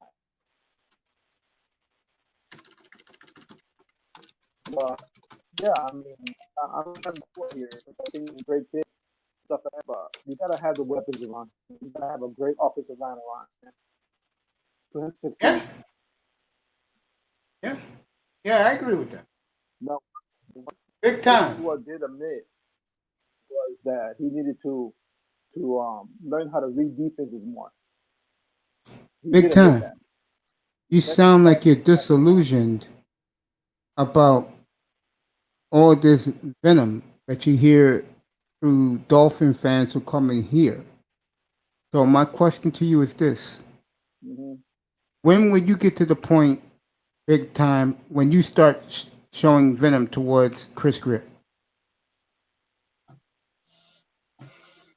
Uh, I mean, we haven't done it for 20 years. So just like I test said yesterday, like how long do we sit there and say enough is enough? Especially if I feel Flores is a good coach, and you just got to give him a little bit of time to rebuild. But then how we've been rebuilding for quite some time. So it's like, if that's the case, then why aren't we getting rid of probably what the issue is? I Again, it is getting frustrating, but I'm not going to sit there and just yell and scream and hoot and holler and give you a show. There's no reason to do that. I want to think about this logically before I jump in, and I want to hear other people's opinions about it and give me your straight up opinion, even if it might be a little bit off base or a little bit out there. I'm still going to listen to you. And if it's not out there, then still, but at least it's an opinion. You're giving me a truthful opinion about what you think. But just don't give me all the hype. Don't be a hype man. That's all I'm asking. 72, what you think about that? I think he's absolutely right. There you go. Um, Greer had his opportunity, and I hope we're not making a mistake getting rid of him. But the result is the result. Bottom line, I was manager in the job, and I didn't produce. Yeah. What happens to me? So They're not going to hold me there for 2 years. They don't see no bottom line. The bottom line as a Miami Dolphins organization is players, playoffs, Super Bowl. That's the bottom line. There you You're go. not getting that. Facts. And now it's like every other job. You will lose your job. If I was a manager and I didn't produce, I'm out. They're not going to sit there and give me time to develop myself. It doesn't work that way, man. In the real life, it doesn't anyway. So Mace, That's my thing. so I got a question for you then. You because we talked about Greer and y'all opened a little bit, a door there, because I, not really looking at it that way, and I appreciate that. But how many owners have we had with the Dolphins since 2000? Two. Wayne Huizenga, the blockbuster guy, and Steven Ross. So, and then Greer's been here for 20 years. And since you feel that way, why do you feel that they haven't gotten rid of Greer with a 20-year spill that we pretty much put on ourselves? Because we were legit in 70s, 80s, and 90s. And then once that left, we had a couple hits, but why haven't they pushed away from Greer? Perfect company, man. Seriously, perfect company, man. Answer, but it's a great question. You agree with that 72 logo? I just don't have no idea. You know what I mean? What the issues with him? I think Greer as a person is good. The organization is being run correctly. It's just a matter of picking right players. And you gotta have that GM with an eye, for talent. Yeah. Yeah, I'm waiting for TD to come on so I can send him the link to this over here so he could pop up. But yeah. He'll pop up after he does his show. He's about to do his show and do film. And me and him are going to kick it later on this afternoon before the 6 o'clock show goes. But yeah, he just gave you the answer. Seven. He just gave you the answer, big time. He agrees. Does it boil down to scouting? Does he have the right personnel in scouting department? That's another thing because the scouts what make the GM look good too. And that's why our team, by the way, big time, we've been sucking since the 98 draft because we've been drafting very poorly. You know, to be compared to, I live in the Natty, I live in Cincinnati. So, you know, to right now in the last 20 years, to be compared to the Cincinnati Bengals, that's ridiculous, man. It's like you sit back and you go, okay, you know, we have got as a team, as an organization, we've been that bad, and we still have the individual that's in office, and yet we're not making that change. We are And with the Browns. We're not with the that, Bengals. We're with the yeah, Browns. The Bengals at least have all pros, all Pro Bowl players. They made the playoffs like 7 of 9 years with Carson Palmer and Andy Dalton. We have done nothing compared well, to that. the Bengals. The one thing about the Bengals though is that uh, is you know they did have Carson Palmer, and then he got injured there. Um, you know they did make a couple playoffs. 2005. They did make a couple playoffs here and there, but they couldn't ever get over that hump. So they had all this talent in the world, but they weren't able to do that. To me, that's not a success. That's a failure within the organization. When you get to 2 Super Bowls and you lose that, but yet you haven't had anything else to show for it besides a lot of losses and a lot of years of losing, and you're being looked at as like as a Cincinnati team organization because of how Brown is and the Brown family is. I just think, you know, we really need to make a change then, but we haven't. And then you'd have to ask why. Why haven't we made that change? Because we're not going to get any better until we do. Let me ask you this. And I'm gonna go right back to 72 logo. And my buddy DJ Moss in the chat room said that the Bengals got rid of Marvin Lewis. Hey, at least Marvin Lewis made the playoffs 7 of guess it was 16 years. He made the playoffs at the time. Miami Dolphins. Let's look at it, shall we? Since Jimmy Johnson left, they had a great comeback against the Colts in 2000, got destroyed by the Raiders. We all know what the Ravens did to us in 2001 and 2008. That's your problem, big time. Since Jimmy left, 2000, 2001, 2008, that's 7 years missing the playoffs. Then 2016, another 8 years. That's ineptitude. So you're telling me that you're satisfied with making the playoffs 3 of the last 20 years compared to the Bengals run. And the Bengals drafted well, by the way, from 2003 to, let's say, 2015. Big time? I think, you know, no, I'm not happy with 3 or 4. You know, I'm not happy with that. Of course I'm not.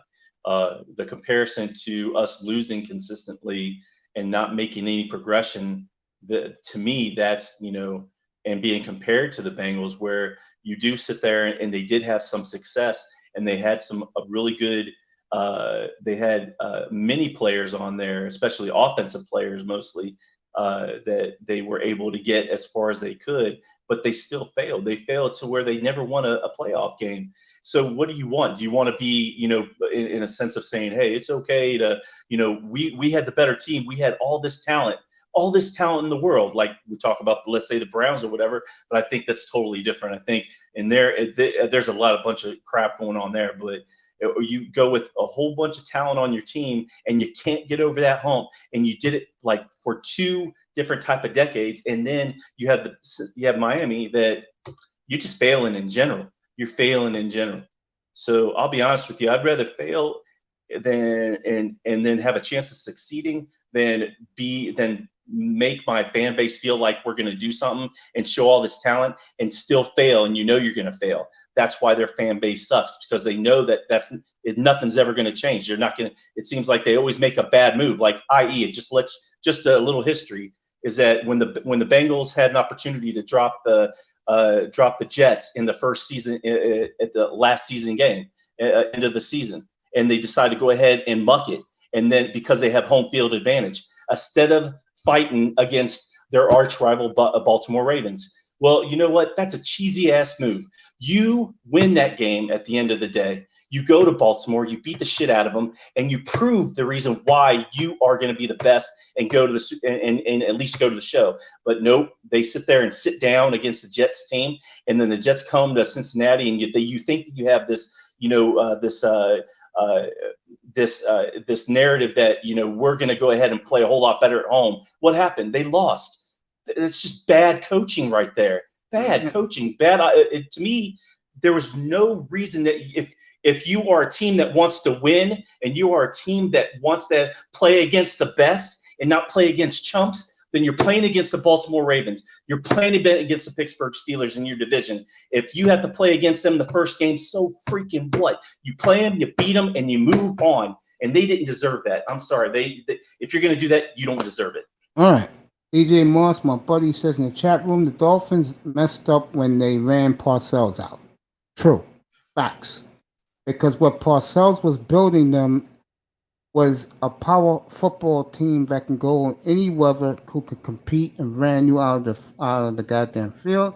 But he didn't want to work with the clown, and I don't blame him. He didn't want to work with Stephen Ross, and the rest is history, the last 12 years. 72, go ahead.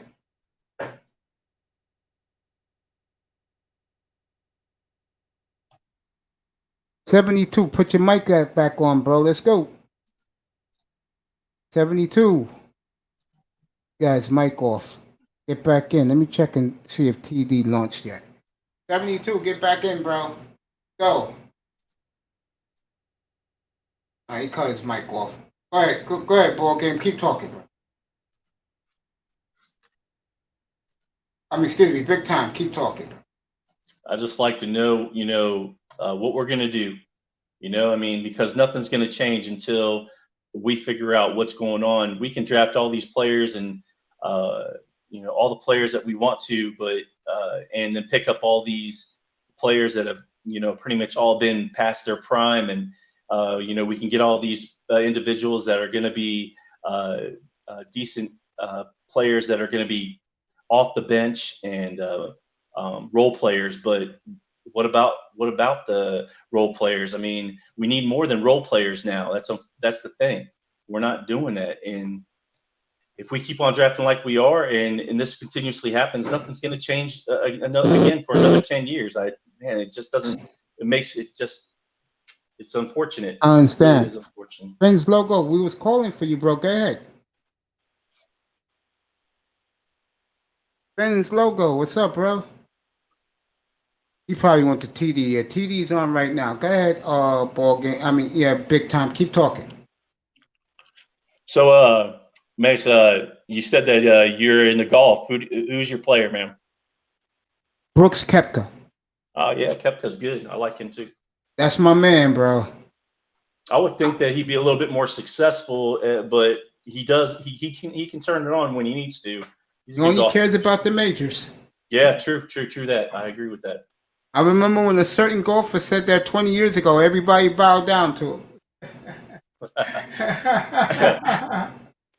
Oh, man.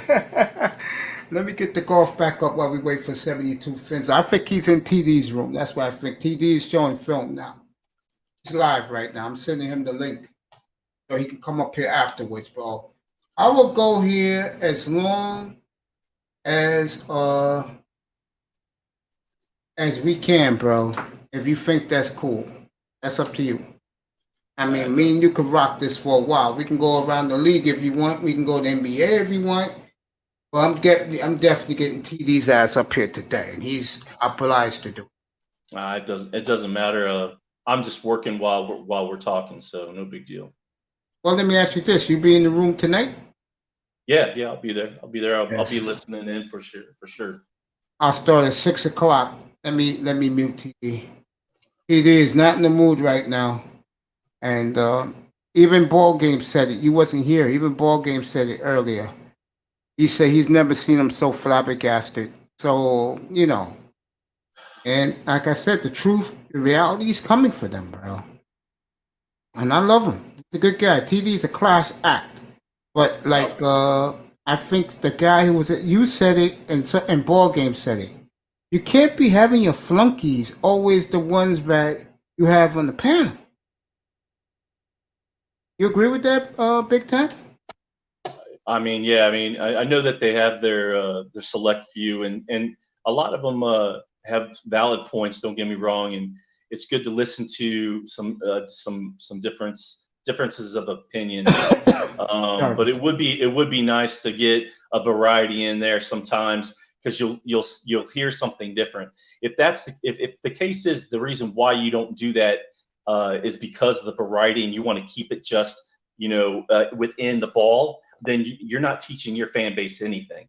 And I think that you have to have a variety of individuals that know the game, even if they're not a Dolphins fan, and they could teach you something, but a lot of times they're not willing to. Nobody's willing to listen, and that's unfortunate. That's a big problem. That's why you come in here, me and my good man, me and you, and you could talk how you feel. No one's gonna interrupt you.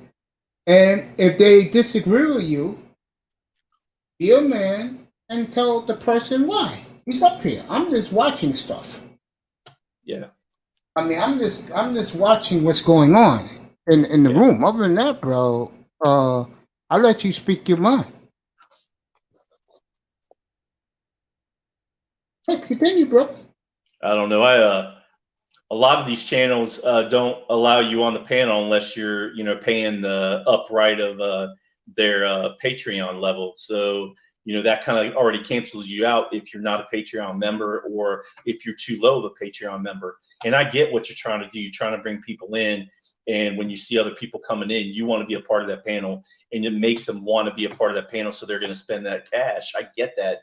And there's other ways to make money, though. So, and I thought at the end of the day that this is something that was a little side thing for you to do, and have a good time at it, and teach your audience and teach the fan base and teach the individuals that you've known something.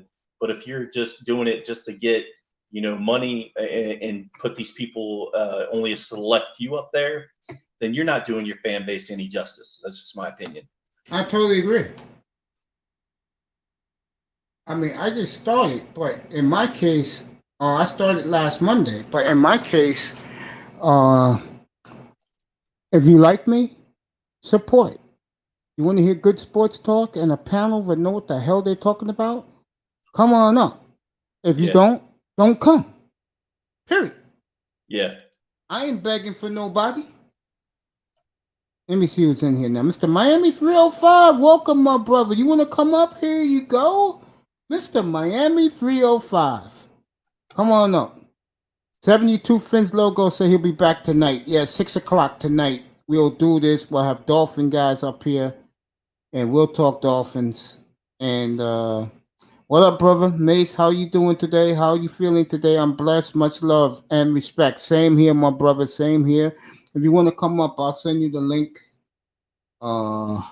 Let me do this for you. Come on up, Mr. Miami. You never go up on TD's panel. You can come up here, bro. I'm not like TD. I'm a little different from TD, bro. I mean, I let guys come up here and let themselves enjoy themselves. I mean, I just met this young man a couple of days ago, and he's been living the life of Rowdy on my panel for 6 hours, right, bro? I'm talking to you, Big Time, right? Yeah, I've been there. I've been here, man. Are you surprised how much the brothers showed you respect last night, bro? And they did. No, it was cool. It was cool that get all that that all I ask is respect. I give you respect, you give me, and a lot of passion in the room. We all talked a bunch of bullshit and had a good time. There was a lot of, like I said, a lot of passion. That's what you want anyways. Some good opinion, good talk, and a lot of respect. Mr. Miami, 305. We talked Dolphins 5 hours last night in here. I've been in here now 3 hours. 99.9% was the Dolphins. Get your ass up here and express your opinion, bro. This is not TD's chat room, man. This is mine. Get up here. I just put the link in. Get up here, bro. I just dropped the link. I just dropped the link, bro. Get up here, bro. I dropped the link for you, bro. Get up here. I'll bring you right up and you can talk about your Miami Dolphins for life. And both of these brothers in here, Dolphins for life. So come on up. Yo, I am so sorry, big time, that the Dolphins have gotten off to a negative start.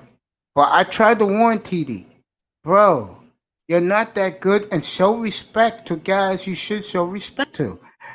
You wasn't in here. Yeah, you was here. When Ball Game said big time that they showed no respect to Buffalo and Cam Newton. I thought that was distasteful. That's just me. Well, yeah, no, I agree. We talked about it yesterday, and that's what I was getting on is that when ball game went there, I felt the same way. It's like, how can you already knock a guy down like this just because he's been out in the league for a year? He's hungry to get back into the league and show that he can do something. It's stupid to think that he can't do anything. And all they did in New England and Josh Daniels is help is help. Hey, keep going.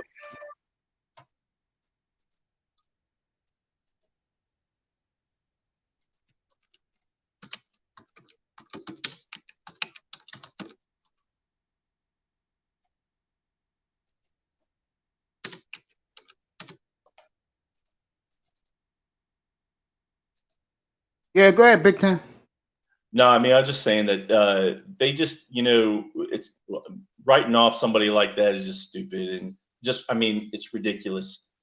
You can't do that. Not with Cam Newton. It's no worse than a Patriots fan saying they're going to run the same type of offense that they did with Tom Brady, which, damn it to hell, they did not do that. And they ran with, a specialized offense, not like crazy. I'm not talking about they changed it all, but specifically towards Cam to give him an opportunity to be successful, and they did that. I think in all honesty, I feel that the Dolphins coaching staff, they failed. I'm sorry, but you can blame anybody you want to on that team, from the front defensive line to the DBs on the side, and not containing that run middle or side. Or you could sit there and say, Fitzpatrick is just plumb a chump, and he's horrible. Ben's logo just said to you, big time, you're making great points and you're on fire. I mean, at the end of the day, our coaching staff didn't do their due diligence and do the job that needed to be done. Something wasn't there. I'm not going to put any hype into because we didn't have any preseason games. They knew what they were going to get with Cam, and they knew what they were going to get with the Patriots. They know who Bill Belichick is, and they dropped the ball. And when you have that, and then you have your players going out there, they're just following your lead. So they must have not have done a good job leading them during the supposedly off season in training camp, and whatever they were trying to do to get hyped up for this game. They did not get those players to do that. So it is what it is. 305 said he would come up, but he has no equipment. 305, let me say something to you, bro. First of all, I appreciate you here today. And always come, because big time's gonna be rocking with me on the panel. Whenever he walks in, he pops right up. He's here in the panel. We talked about the Heat. That was one of the best defensive plays ever. What Bam did to Jason Tatum. We all agree with that. Yeah, we know you got no equipment, bro. That's okay. You can stay here with us. We'll talk Dolphins more, but we're not gonna wave the pom poms here. You can go to TD. TD's live right now. He's breaking down film. He's live right now. That room is filled. So you can go in there. I'll see you 6:00 tonight. And I'm gonna have TD here on this platform later today after he finishes his show. I'm gonna let him have dinner with his beautiful wife Hillary and the kids, and then I'll have him in here. It's gonna be packed house, but he's coming. I guarantee you that. So go ahead, Mr. Miami. I love you, bro. Thank you for coming. Go ahead, go to TD's room and come back after 6:00, bro. Oh, you want to stay here? Good. Okay, we'll continue Dolphins talk. Big time. I'm gonna ask you another question. I'm gonna go around the field with you right now, and Mr. Miami, you put a 1 in the room if you agree or disagree. From 1 to 5. 5 is poor. 1 is great. Let me rephrase it. 5 is great, 1 is poor. What do you rank the Dolphins' offensive line right now as we speak? Big time. Um, 1 through 5, 5 being the best. Yeah. I honestly, Mace, I was thinking that the front line. I'm not even just talking about the run offense and and I'm just talking about in general. I was expecting something worse, so I don't think they did too bad. I'm gonna rate them like maybe a 2.5 or a 3. Okay, that's average. What about you, Mr. Miami? Where do you rank the Dolphins' offensive line? 5 is great, 1 is bad, awful. Go ahead, put whatever number you want in the chat room, Mr. Miami. Wow, he's doing that big time. Their receiving core, what you rank them? Same thing. 5 is great, 1 is crappy. Mr. Miami gets the offensive line of 3. Are they? Is my receiving core healthy? Yes. Okay. Yes. If Oh, they're right now they're not healthy. I know that, but I'm asking if they're healthy Yeah, if they're healthy. If they're they're healthy. healthy. Yeah. So if they're healthy, with Preston Williams and Parker, Mm-hmm. um, 2 individuals in Perry and Merritt that we just don't know yet, Mm-hmm. and then a Ford and a Grant. I just freak. I mean, if with those 2 big guys, I'm probably going to rate them a 2 right now. All right. Where do you rank them, Unfortunately, Mr. Yeah, Mr. Miami? Where you rank them? The Miami receiving core. 5 is great. 1 is they suck. Go ahead, continue, big time. Go ahead, continue your point about the receivers. no, I was just saying 2, just because all we really have, in a sense, that have shown up and shown out is Parker and is Preston Williams. Even though Parker keeps on getting hurt and injured, Williams has had this is his second year. We're only into 1 game. I just don't see any other bright side to it until we get further into the season with Perry, and hopefully Merritt will be in there.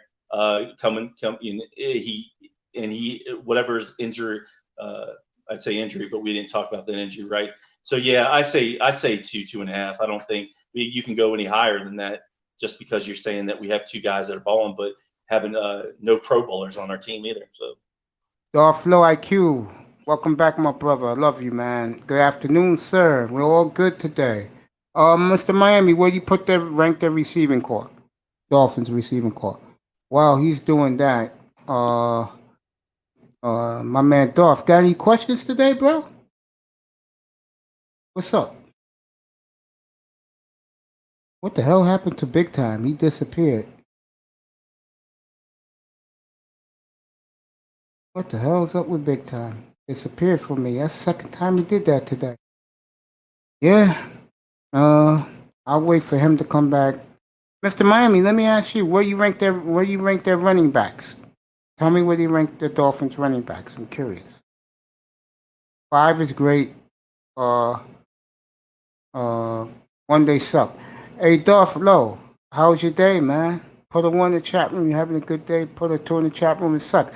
By the way, Dolph, Saturday evening, 6 o'clock or 6:30. My special guest is going to be Des James and Young Jay. I guess it's 216. That's his area code. He lives in Cleveland, and the topic is Darth Low IQ. It's going to be, why are the women better in other countries than they are here in America? That'll be the topic Saturday evening. Mr. Miami put a 2. 72 logo put a 1. Rank like what in the NFL? No, not in the NFL. We're ranking the Dolphins' positions. First was offensive line. 5 great, 1 they suck. Number 2 was wide receivers. 5 great, 1 they suck. Dolphins fans logo. 1 to 5 or 5 to 1. And now they said the running backs. What would you rank them? Mr. Miami ranked their receivers a 2. Yeah, it's gonna be a good one, bro. I'm gonna do what I should have did last Saturday night. I'm gonna rock for a long time Saturday night. I too. Lost connection, mates. Turning to get back on, sir. Okay, Big Time's gonna come back. I'm gonna put the link for him.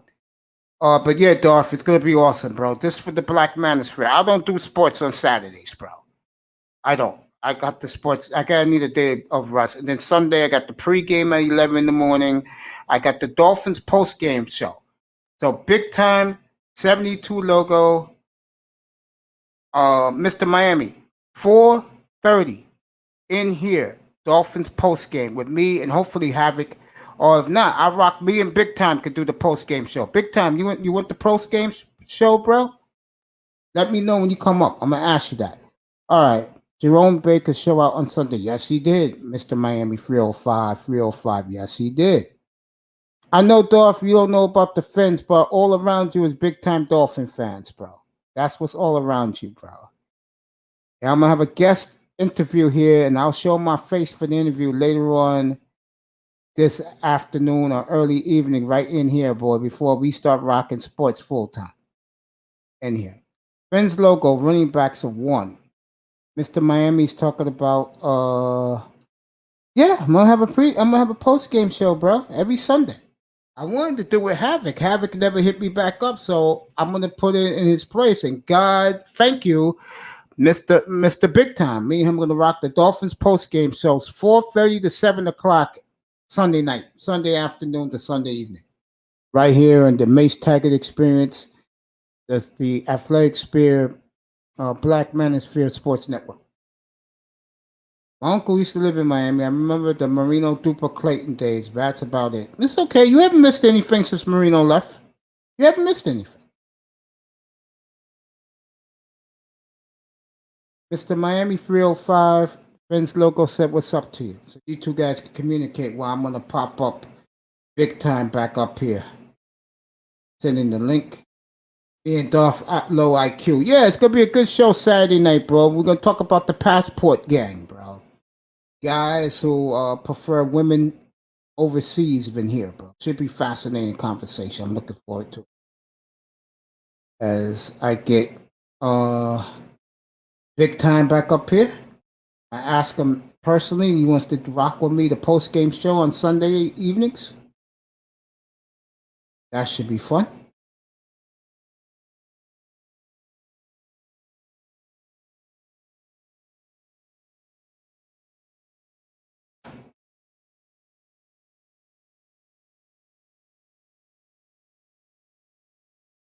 Putting the link back in here for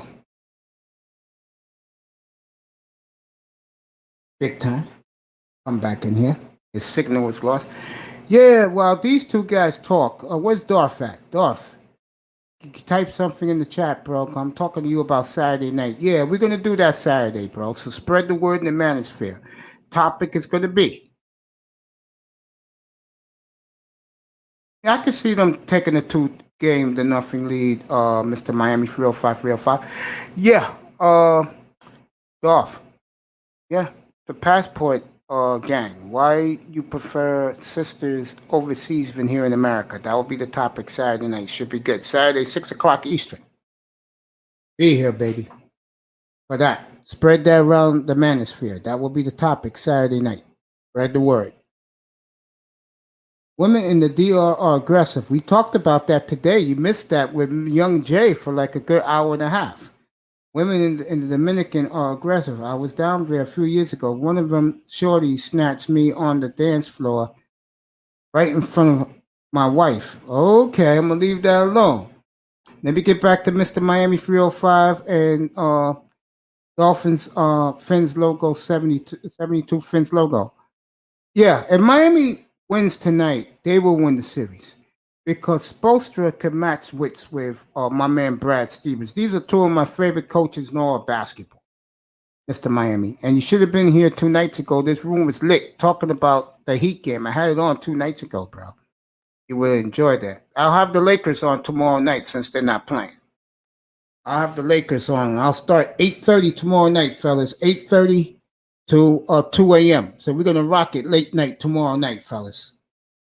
I'm going to get it in here tomorrow night. Friday night, I'm going to get my good night's sleep and my good day's sleep tomorrow. Then I'll be ready to rock this damn room. Dolphins tomorrow night, Mr. Miami. Get your ass in here, Mr. Miami 305. Big Dog later this afternoon will be in here. I'll have the big man in here. He's rocking film right now. Yeah, I can see the Heat doing the RKO. Go ahead, Darflo. Give me another question, bro. Pop 'em. We'll talk about the traveling passport brothers and women. Go ahead, bro.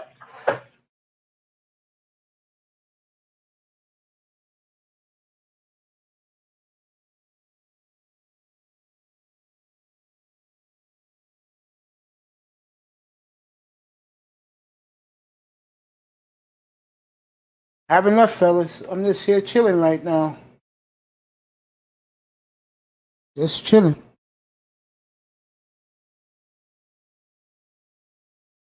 SmackDown on tomorrow night. You can come and talk wrestling after SmackDown. 'Cause we had wrestling the first night I did this show last Monday night, which was 11 days ago. We did a lot of wrestling that Monday and Tuesday. Eagle, you want to get up here, bro?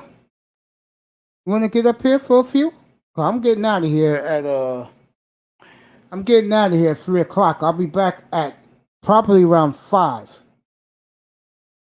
Yeah, he wasn't never a great shooter, but what he is a great leader. That's what Kimball Walker is. The Finns going to be able to handle the East Division this year? Hells no. And we'll talk about that tonight. 'Cause I expect a plethora of Dolphin fans here tonight, tomorrow night, and again Saturday night. I take off. I would take off for sports, but I'll be back on Saturday night talking about nigga shit. Miami Heat fans since '93. John Sally, PJ Brown, Tim Hardaway used to play with the Heat. Yes, they did. Eagle, I'm putting the link in so you could pop up. Yes, he did play for the Heat. Steve Smith was the original Miami Heat. Glenn Rice was the original Miami Heat. They had some good talent in Miami. Always did. Long ways away from the days of Alec Kessler getting lost in the middle of the Atlantic Ocean on his boat. Remember that? They sent the Coast Guard for Alec Kessler to look for him. You think I know these things, huh? And I don't even live in Miami. I live in the Bronx, bro. Anthony Mason, yeah, I remember that. Eagle, I put the link in. If you want to pop up. Yes, he did. He was the GM and the head coach, Darflo IQ. They won their first title with Riley coaching, and he replaced Stan Van Idiot. And they wanted to win the title with that Dwayne Wade fiasco. Yeah? Eagle, you want to pop up? I put the link in, bro. I'm only going to be on for a couple more minutes.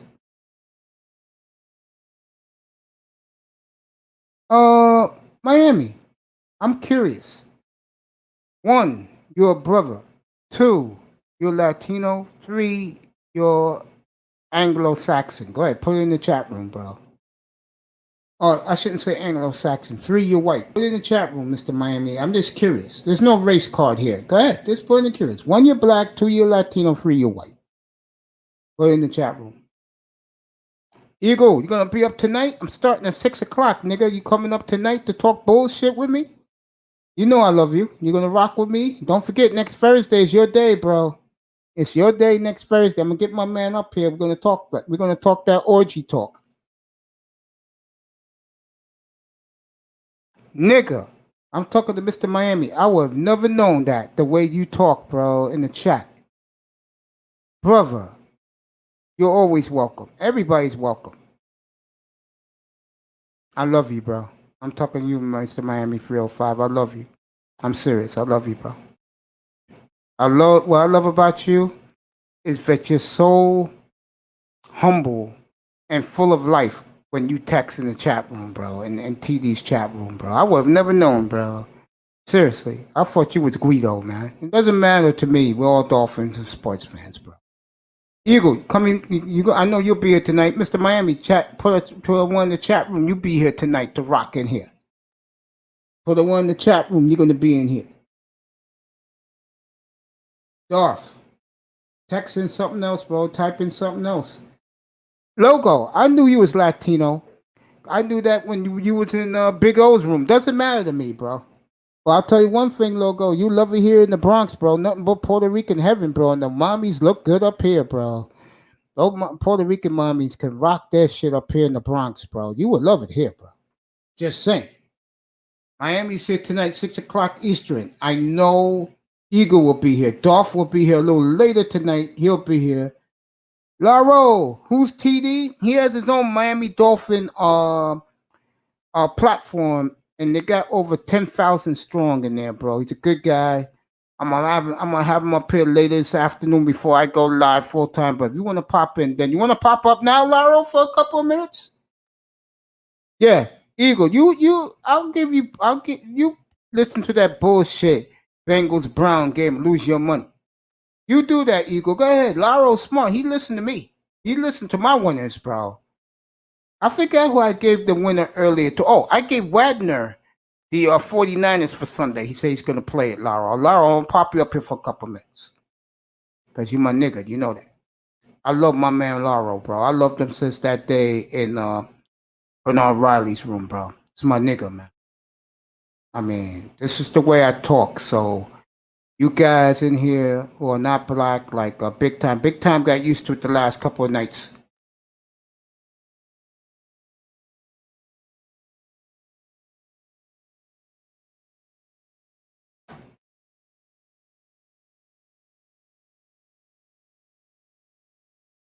Okay, Laura. That's okay, bro. That's okay. Be here after 6 tonight, bro.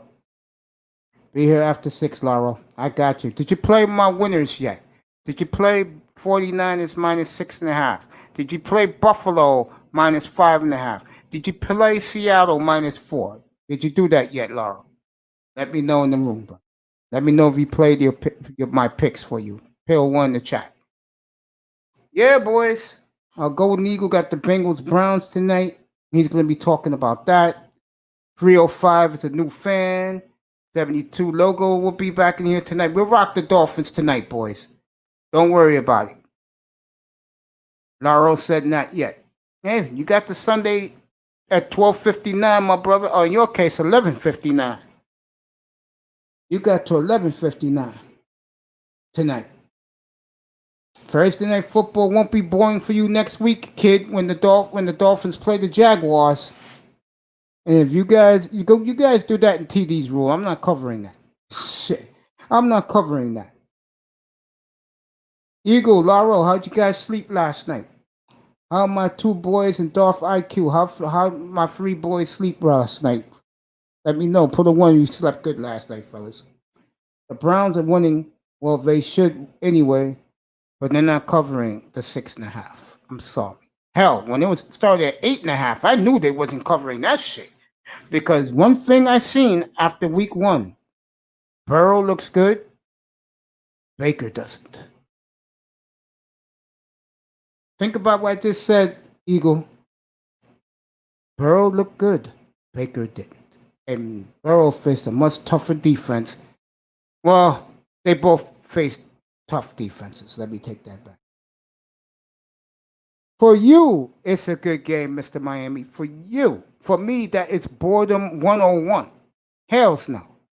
I'll cover it from my bed on the phone, but don't expect it to be up here on this set doing it. Hells no. I'll still be cleaning up my studio, and the next Saturday it will be soundproof. The next Saturday evening, I'll be showing my face. I'll be showing my face later this afternoon when I get TD Fenn talking here. I'll be showing my face. You guys get to see my bearded mug before I shave it all off Saturday morning when I go to my barber. Will be one of my sponsors, I might add. That's right. Darth, y'all still flex the Luke record rag under the football helmets down in Miami?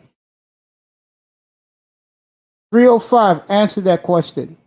72 Fins logo. Do the Hurricanes still be rocking Luke Campbell's bandana underneath their helmet in the logo? You bought the 0.5 point Eagle, so you took the 6.5? Okay, they have to win by a touchdown. If they do, you win money. Dolph, you funny, man. You're funny. I'm gonna go another 10 minutes. Laro, be safe on the road. Be back here after 6 Eastern. In other words, in your time. Be back after 5 o'clock Central Time. Golden Eagles in the Midwest somewhere, 5 o'clock Central Time. 6 o'clock for you. 72 Fins logo, 6 o'clock for you, Mr. Miami 305. They probably don't know who Luke is no more. Oh, yes, they do. Luke Campbell is a legend in South Florida. Don't kid yourself, Dolph IQ. Fins logo said yes, they still rock it. And yes, Luke is coaching high school football if you want to know. Dolph, seriously. Uncle Luke's still rapping. Yeah, that's your answers, Dolph. He's still rapping down in South Florida. Okay. Shake your body, body. Shake your body. Shake, shake, shake your body. There you go, baby. Doodle Brown. Doodle Brown. Doodle Brown. There you go, baby. I love my Canes and I love my Dolphins and I love my Canes baseball, by the way, fellas, believe it or not. Oh, it's 5.5 now. Okay. I'm gonna tell Lauro, you in the room, nigga? You on the road listening to this? The Brown game is now 5.5. Now that's a little different. That's right. Nasty as they want to be. Luke, baby. That's right. Shit. I'm gonna date myself. I've been a Dolphin fan now since 1970, so that's 50 years. Believe it or not, guys, in New York, on the you could say the stations, but not the big stations. They used to show the Cane games down in the Orange Bowl since 1979. That's how I became a Canes fan. And the quarterback back then was Jim Kelly. That's right, Mr. Miami. 2 Live Crew Mega Mix. That's right. And I love me some Trina, bro. I love some Trina. I go back to MC Shyt days. You guys know what MC Shyt is down in South Florida? Mr. Miami, you older than I thought you was, bro. You as old as ball game where I had here earlier for 3 hours. You've been a fan since '88. Good for you, bro. Welcome to the family, by the way. Welcome to the family. I'm dead serious. 305. 72 logo. He's always been family. He's been here a few times. Golden Eagle since day 1 or day 2. Dolph since day 1. Shyt is from Atlanta. Okay. Hurricane fan since '84. Okay. I've been a fan since '79 because they should show them locally here in New York City. 305 till I die. I hear you, nigga. I hear you. We could talk like this in here now. I hear you. Nigga, I feel you. I feel you, boys.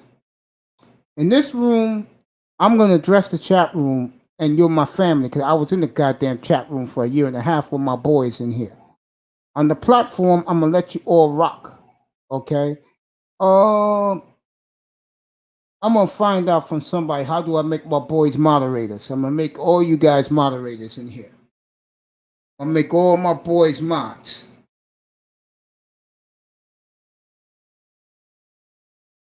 I'm going to make all you motherfuckers moderators. Let's see what's popping up here right now.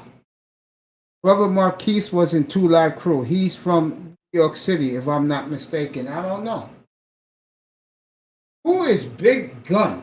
He just popped out of here. A guy named Big Gun was about to pop in here. Big Gun, pop up in here, bro. I want to know who you are. We're going to rock this. Let me find out who's Big Gun. Putting the link back for him. I don't know who this guy is, but we're going to find out, boys. There you go. The late Jerome Brown,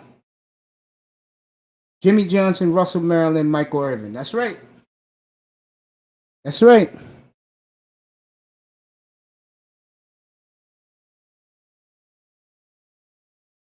Who is this Big Gun guy? Get up here, Big Gun. I put the link back in. Get up here. Talk with the boys up here. I got Lauro coming through tonight. I got Golden Eagle tonight. Dolph will be back tonight. Mr. Miami will be back tonight. Big Time will be back tonight. We're going to have 10 niggas on the panel tonight. We're going to roll this shit. We're going to talk Heat, Boston. We're going to talk Dolphins. We're going to go around the NFL. We're going to talk some ass tonight. We're going to do it all tonight. Winston Moss was the assistant coach he's in Baltimore now, Winston. I will be back in here late this afternoon with Big Dog, which is TD Fence. I'm gonna have him up here on this panel. We're gonna go one-on-one. You'll see my sexy mug tonight, bearded up. The Blades brothers, yes they were. Mm-hmm. Yes, sir. Stanley Shakespeare, Melvin Bratton, The Rock, Warren Sapp. We know the crew. You want to know how good a college program is, folks? 2019 Hall of Fame class for the Hurricanes. Michael Irvin, Ed Reed, I'm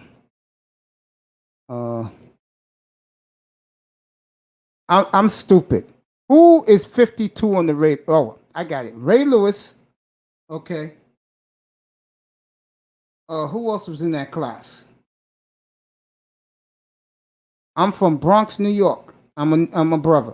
I'm from Bronx, New York. The home of we call the Bronx Little San Juan. No joke, because mostly Puerto Ricans here, bro. I get it right again. Okay, I'm gonna get it right. Here was the class. Ed Reed, Ray Lewis, Michael Irvin, Warren Sapp, and in my opinion, the greatest Miami Hurricane ever. Rest in peace, Sean Taylor. And I got to get his Redskin jersey. To me, Sean Taylor was the greatest Miami Hurricane player ever. EJ, yeah. Santana Moss, yeah. 72 logo, yeah, I'm a brother, and I'm from Bronx, New York, and I'm here right now. I'm from the BX representing the U and representing the aqua and orange. No doubt. No doubt. No doubt. Darth, you got anything else to say? Put it in the chat room. I'm getting ready to break out. About that time, I say goodbye. If I get my brother at 5 o'clock, Big Dog, which is TD Fins, come on in. I sound Latino because I've been in the Bronx too much, bro. That's right, Mr. Miami 305. Rest in peace, Sean Taylor. I cried when the NFL Network did his story. I cried when I watched that. That was a bad motherfucker. You hear me? Sean Taylor was everything the U was all about. That was a bad man. I'm getting teary-eyed right now. If I can show, let me show my mug. Let you guys know I'm not kidding around. Let me show my mug, Rick. Get over here.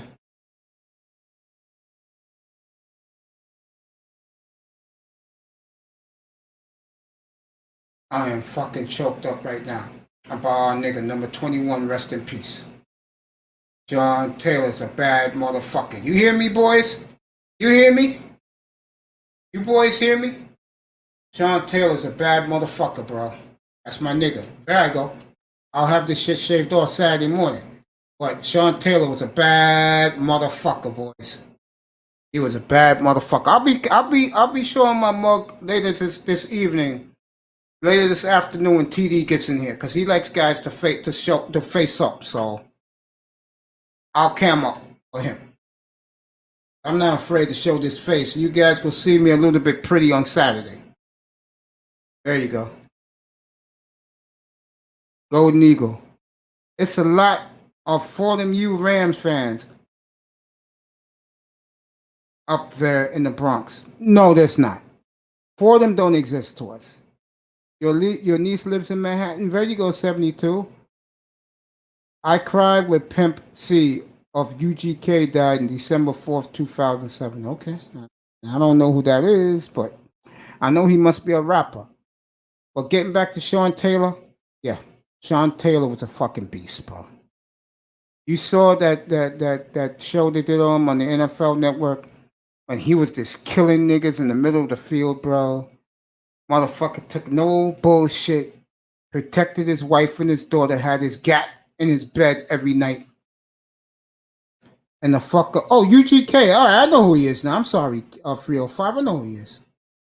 Yeah, I'm sorry, bro, that, I'm glad his father, they caught the motherfuckers who killed him. All right, someone said something about his niece. My niece lives in Manhattan, okay. Darth, thank you for saying that I sound like a mobster. With this fucking beard, I look like a mobster. But I'll have this off Saturday morning, bro. I love my face clean shaven, bro. I like to just rock a beard a little bit. But, you know, I just do that. All right, boys. I love you. I need a break. I did 3.5 hours for you brothers in here. I get TD up here. I'll post it up, and we'll go head to head, and then the whole family comes in. For you guys who are from TD's chat room, that's 305 72 logos, big time. You can come in for the interview with Darth. You too. You guys can come in if and when I get TD friends up here. Okay. I love you guys. Thank you for supporting. I'll be back in a couple hours. It's not like I'm not coming back. I'll be back this evening. Yeah, you're right, 305. That could have been a setup. The story within the story was Sean Taylor's niece knew the two killers. You know, they're kids. They're high school kids. The kids were enamored by all the nice things Sean Taylor had in his house. And you know how that goes. They wanted his jewelry, his shit, and they killed him. They took him out. Darth Low, much respect to you. He's saying much respect to the chat. Mr. Miami, you guys can all go over to TD. He's on right now. Break It Down Film. I love you guys. I'm going to go over there too, watch it on my phone. I'm going to put my links in so he will know my links. You guys let him know my links is in his chat.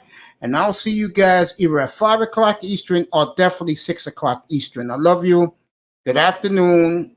Good day from the Oasis. I love you guys. Thank you very much for being here.